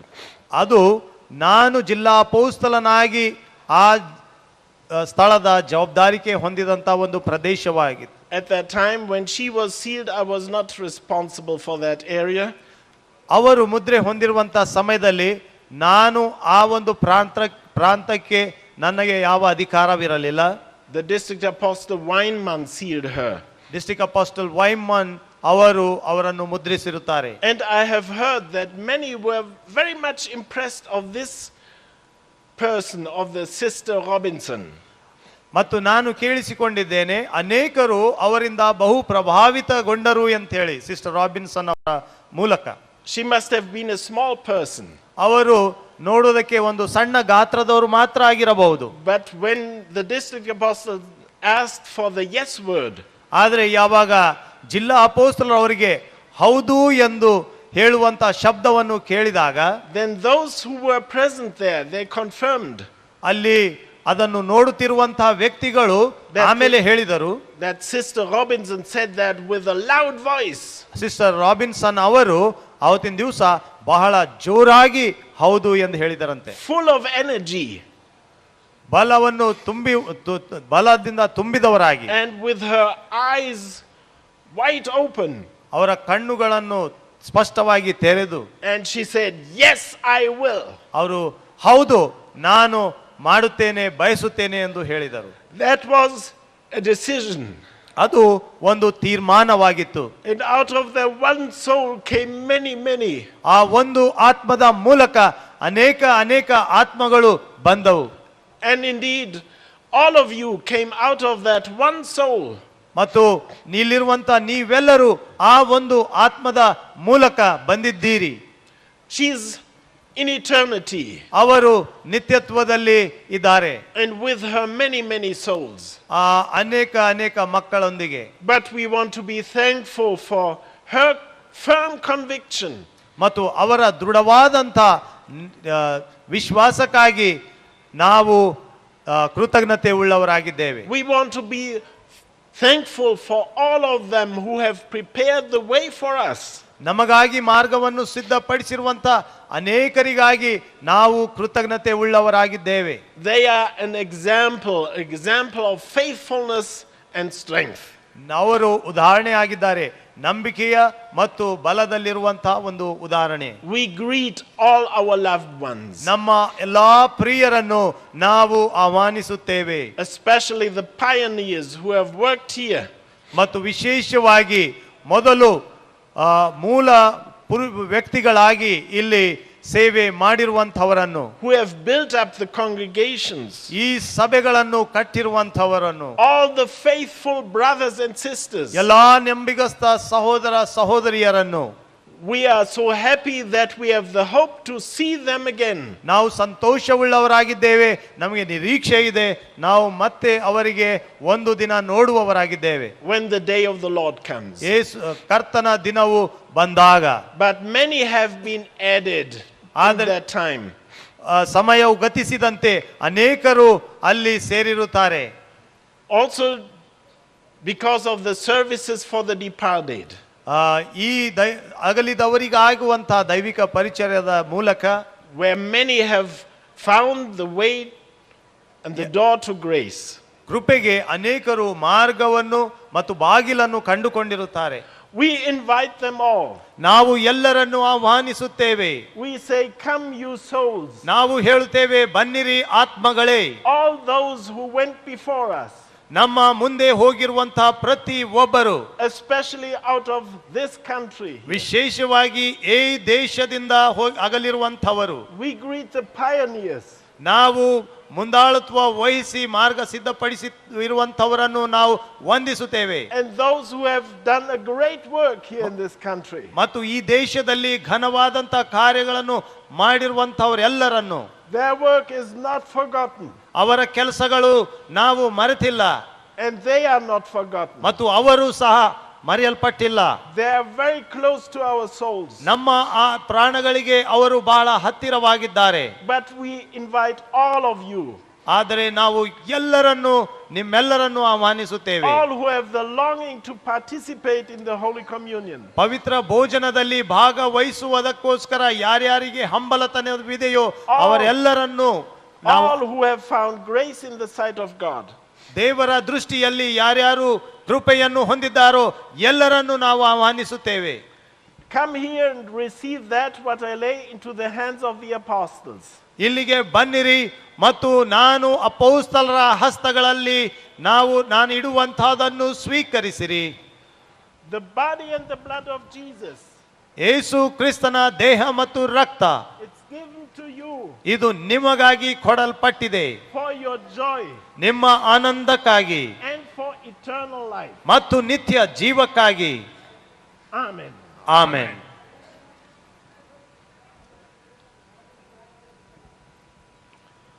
The choir may sing again, please.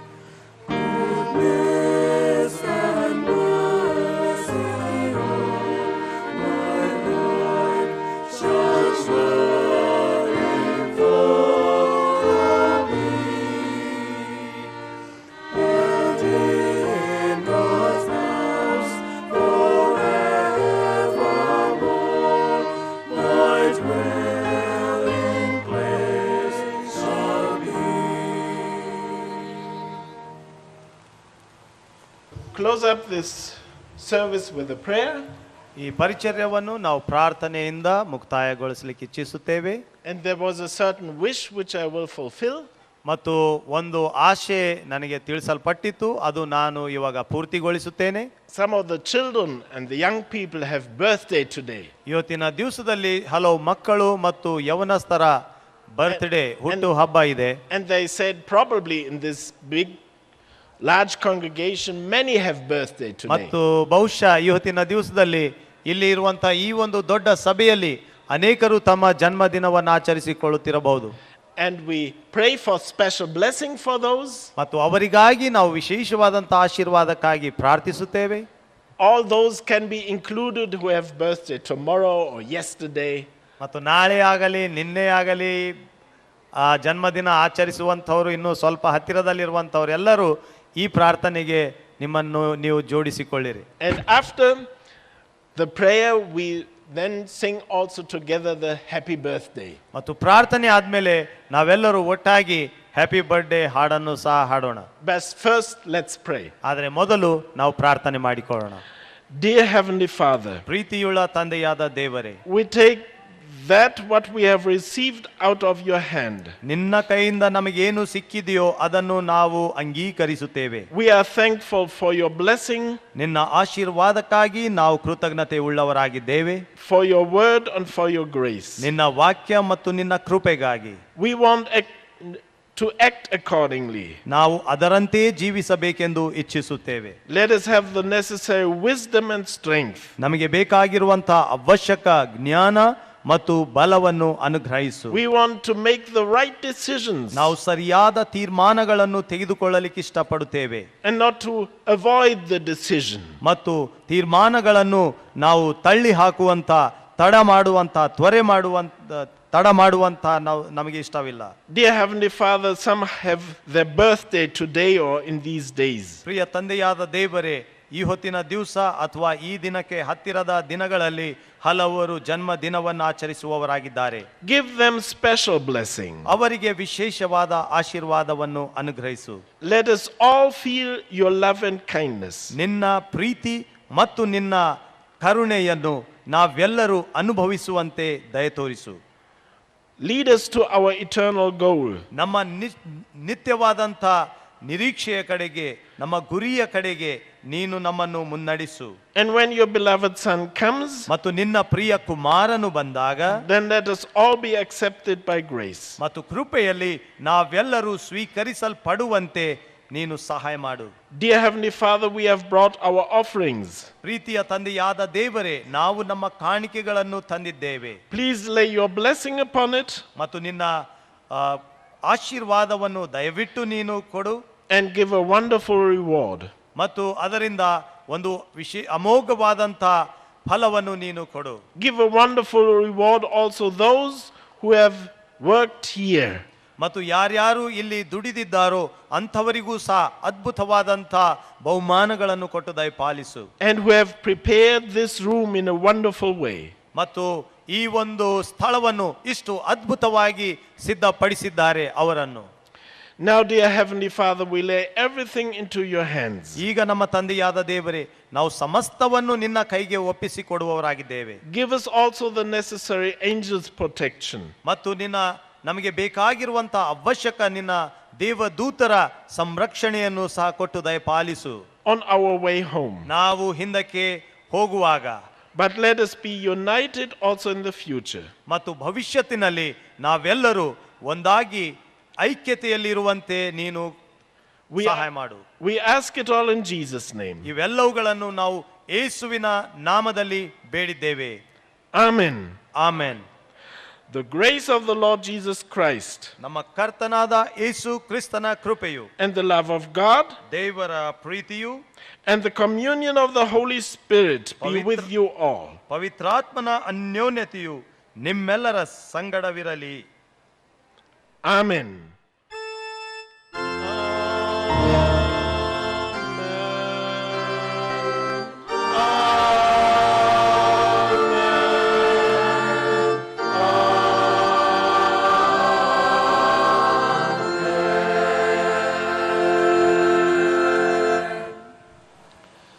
So, dear brothers and sisters, ಪ್ರಿಯ ಸಹೋದರ ಸಹೋದರಿಯರೇ and dear friends and guests, ಮತ್ತು ಸ್ನೇಹಿತರೇ, ಅತಿಥಿಗಳೇ, as was announced, let us sing the happy birthday song. ಈಗಾಗಲೇ ನಾವು ನಿಮಗೆ ತಿಳಿಸಿದ್ದೇವೆ, ನಾವೆಲ್ಲರೂ happy birthday ರಾಗವನ್ನು ಹಾಡೋಣ. I asked the organ to give some tone. Okay. Happy birthday to you. Happy birthday to you. Happy birthday, happy birthday, happy birthday to you. Till the Lord comes again. Till the Lord comes again. God bless you and keep you. Till the Lord comes again. I realize that not everybody knows this song. ನಾನು ಅನ್ಕೊಂತೀನಿ ಈ ಹಾಡು ಬಹುಶಃ ಬಹಳ ಜನರಿಗೆ ಬರ್ಲಿಕ್ಕಿಲ್ಲ ಅಂತ ಹೇಳಿ. But the more you come into the house of God and the more you experience fellowship, ನೀವು ಎಷ್ಟು ಹೆಚ್ಚಾಗಿ ದೇವರ ಮನೆಯಲ್ಲಿ ಬರುತ್ತೀರೋ, ಎಷ್ಟು ಹೆಚ್ಚಾಗಿ ಅನ್ಯೋನ್ಯತೆಯನ್ನು ಅನುಭವಿಸ್ತೀರೋ, the more you will learn this song. ಅಷ್ಟು ಹೆಚ್ಚಾಗಿ ನೀವು ಈ ಹಾಡು ಕಲೀಲಿಕ್ಕೆ ಸಾಧ್ಯವಾಗ್ತದೆ. Dear brothers and sisters, it was a wonderful experience. ನನ್ನ ಪ್ರೀತಿಯ ಸಹೋದರ ಸಹೋದರಿಯರೇ, ಇದು ಒಂದು ಅದ್ಭುತವಾದಂತ ಅನುಭವವಾಗಿತ್ತು. To be here, to have fellowship with you. ಇಲ್ಲಿ ಇದ್ದು ನಿಮ್ಮೆಲ್ಲರ ಜೊತೆಯಲ್ಲಿ ಅನ್ಯೋನ್ಯತೆಯನ್ನು ನಾನು ಅನುಭವಿಸುವಂತಹದ್ದು.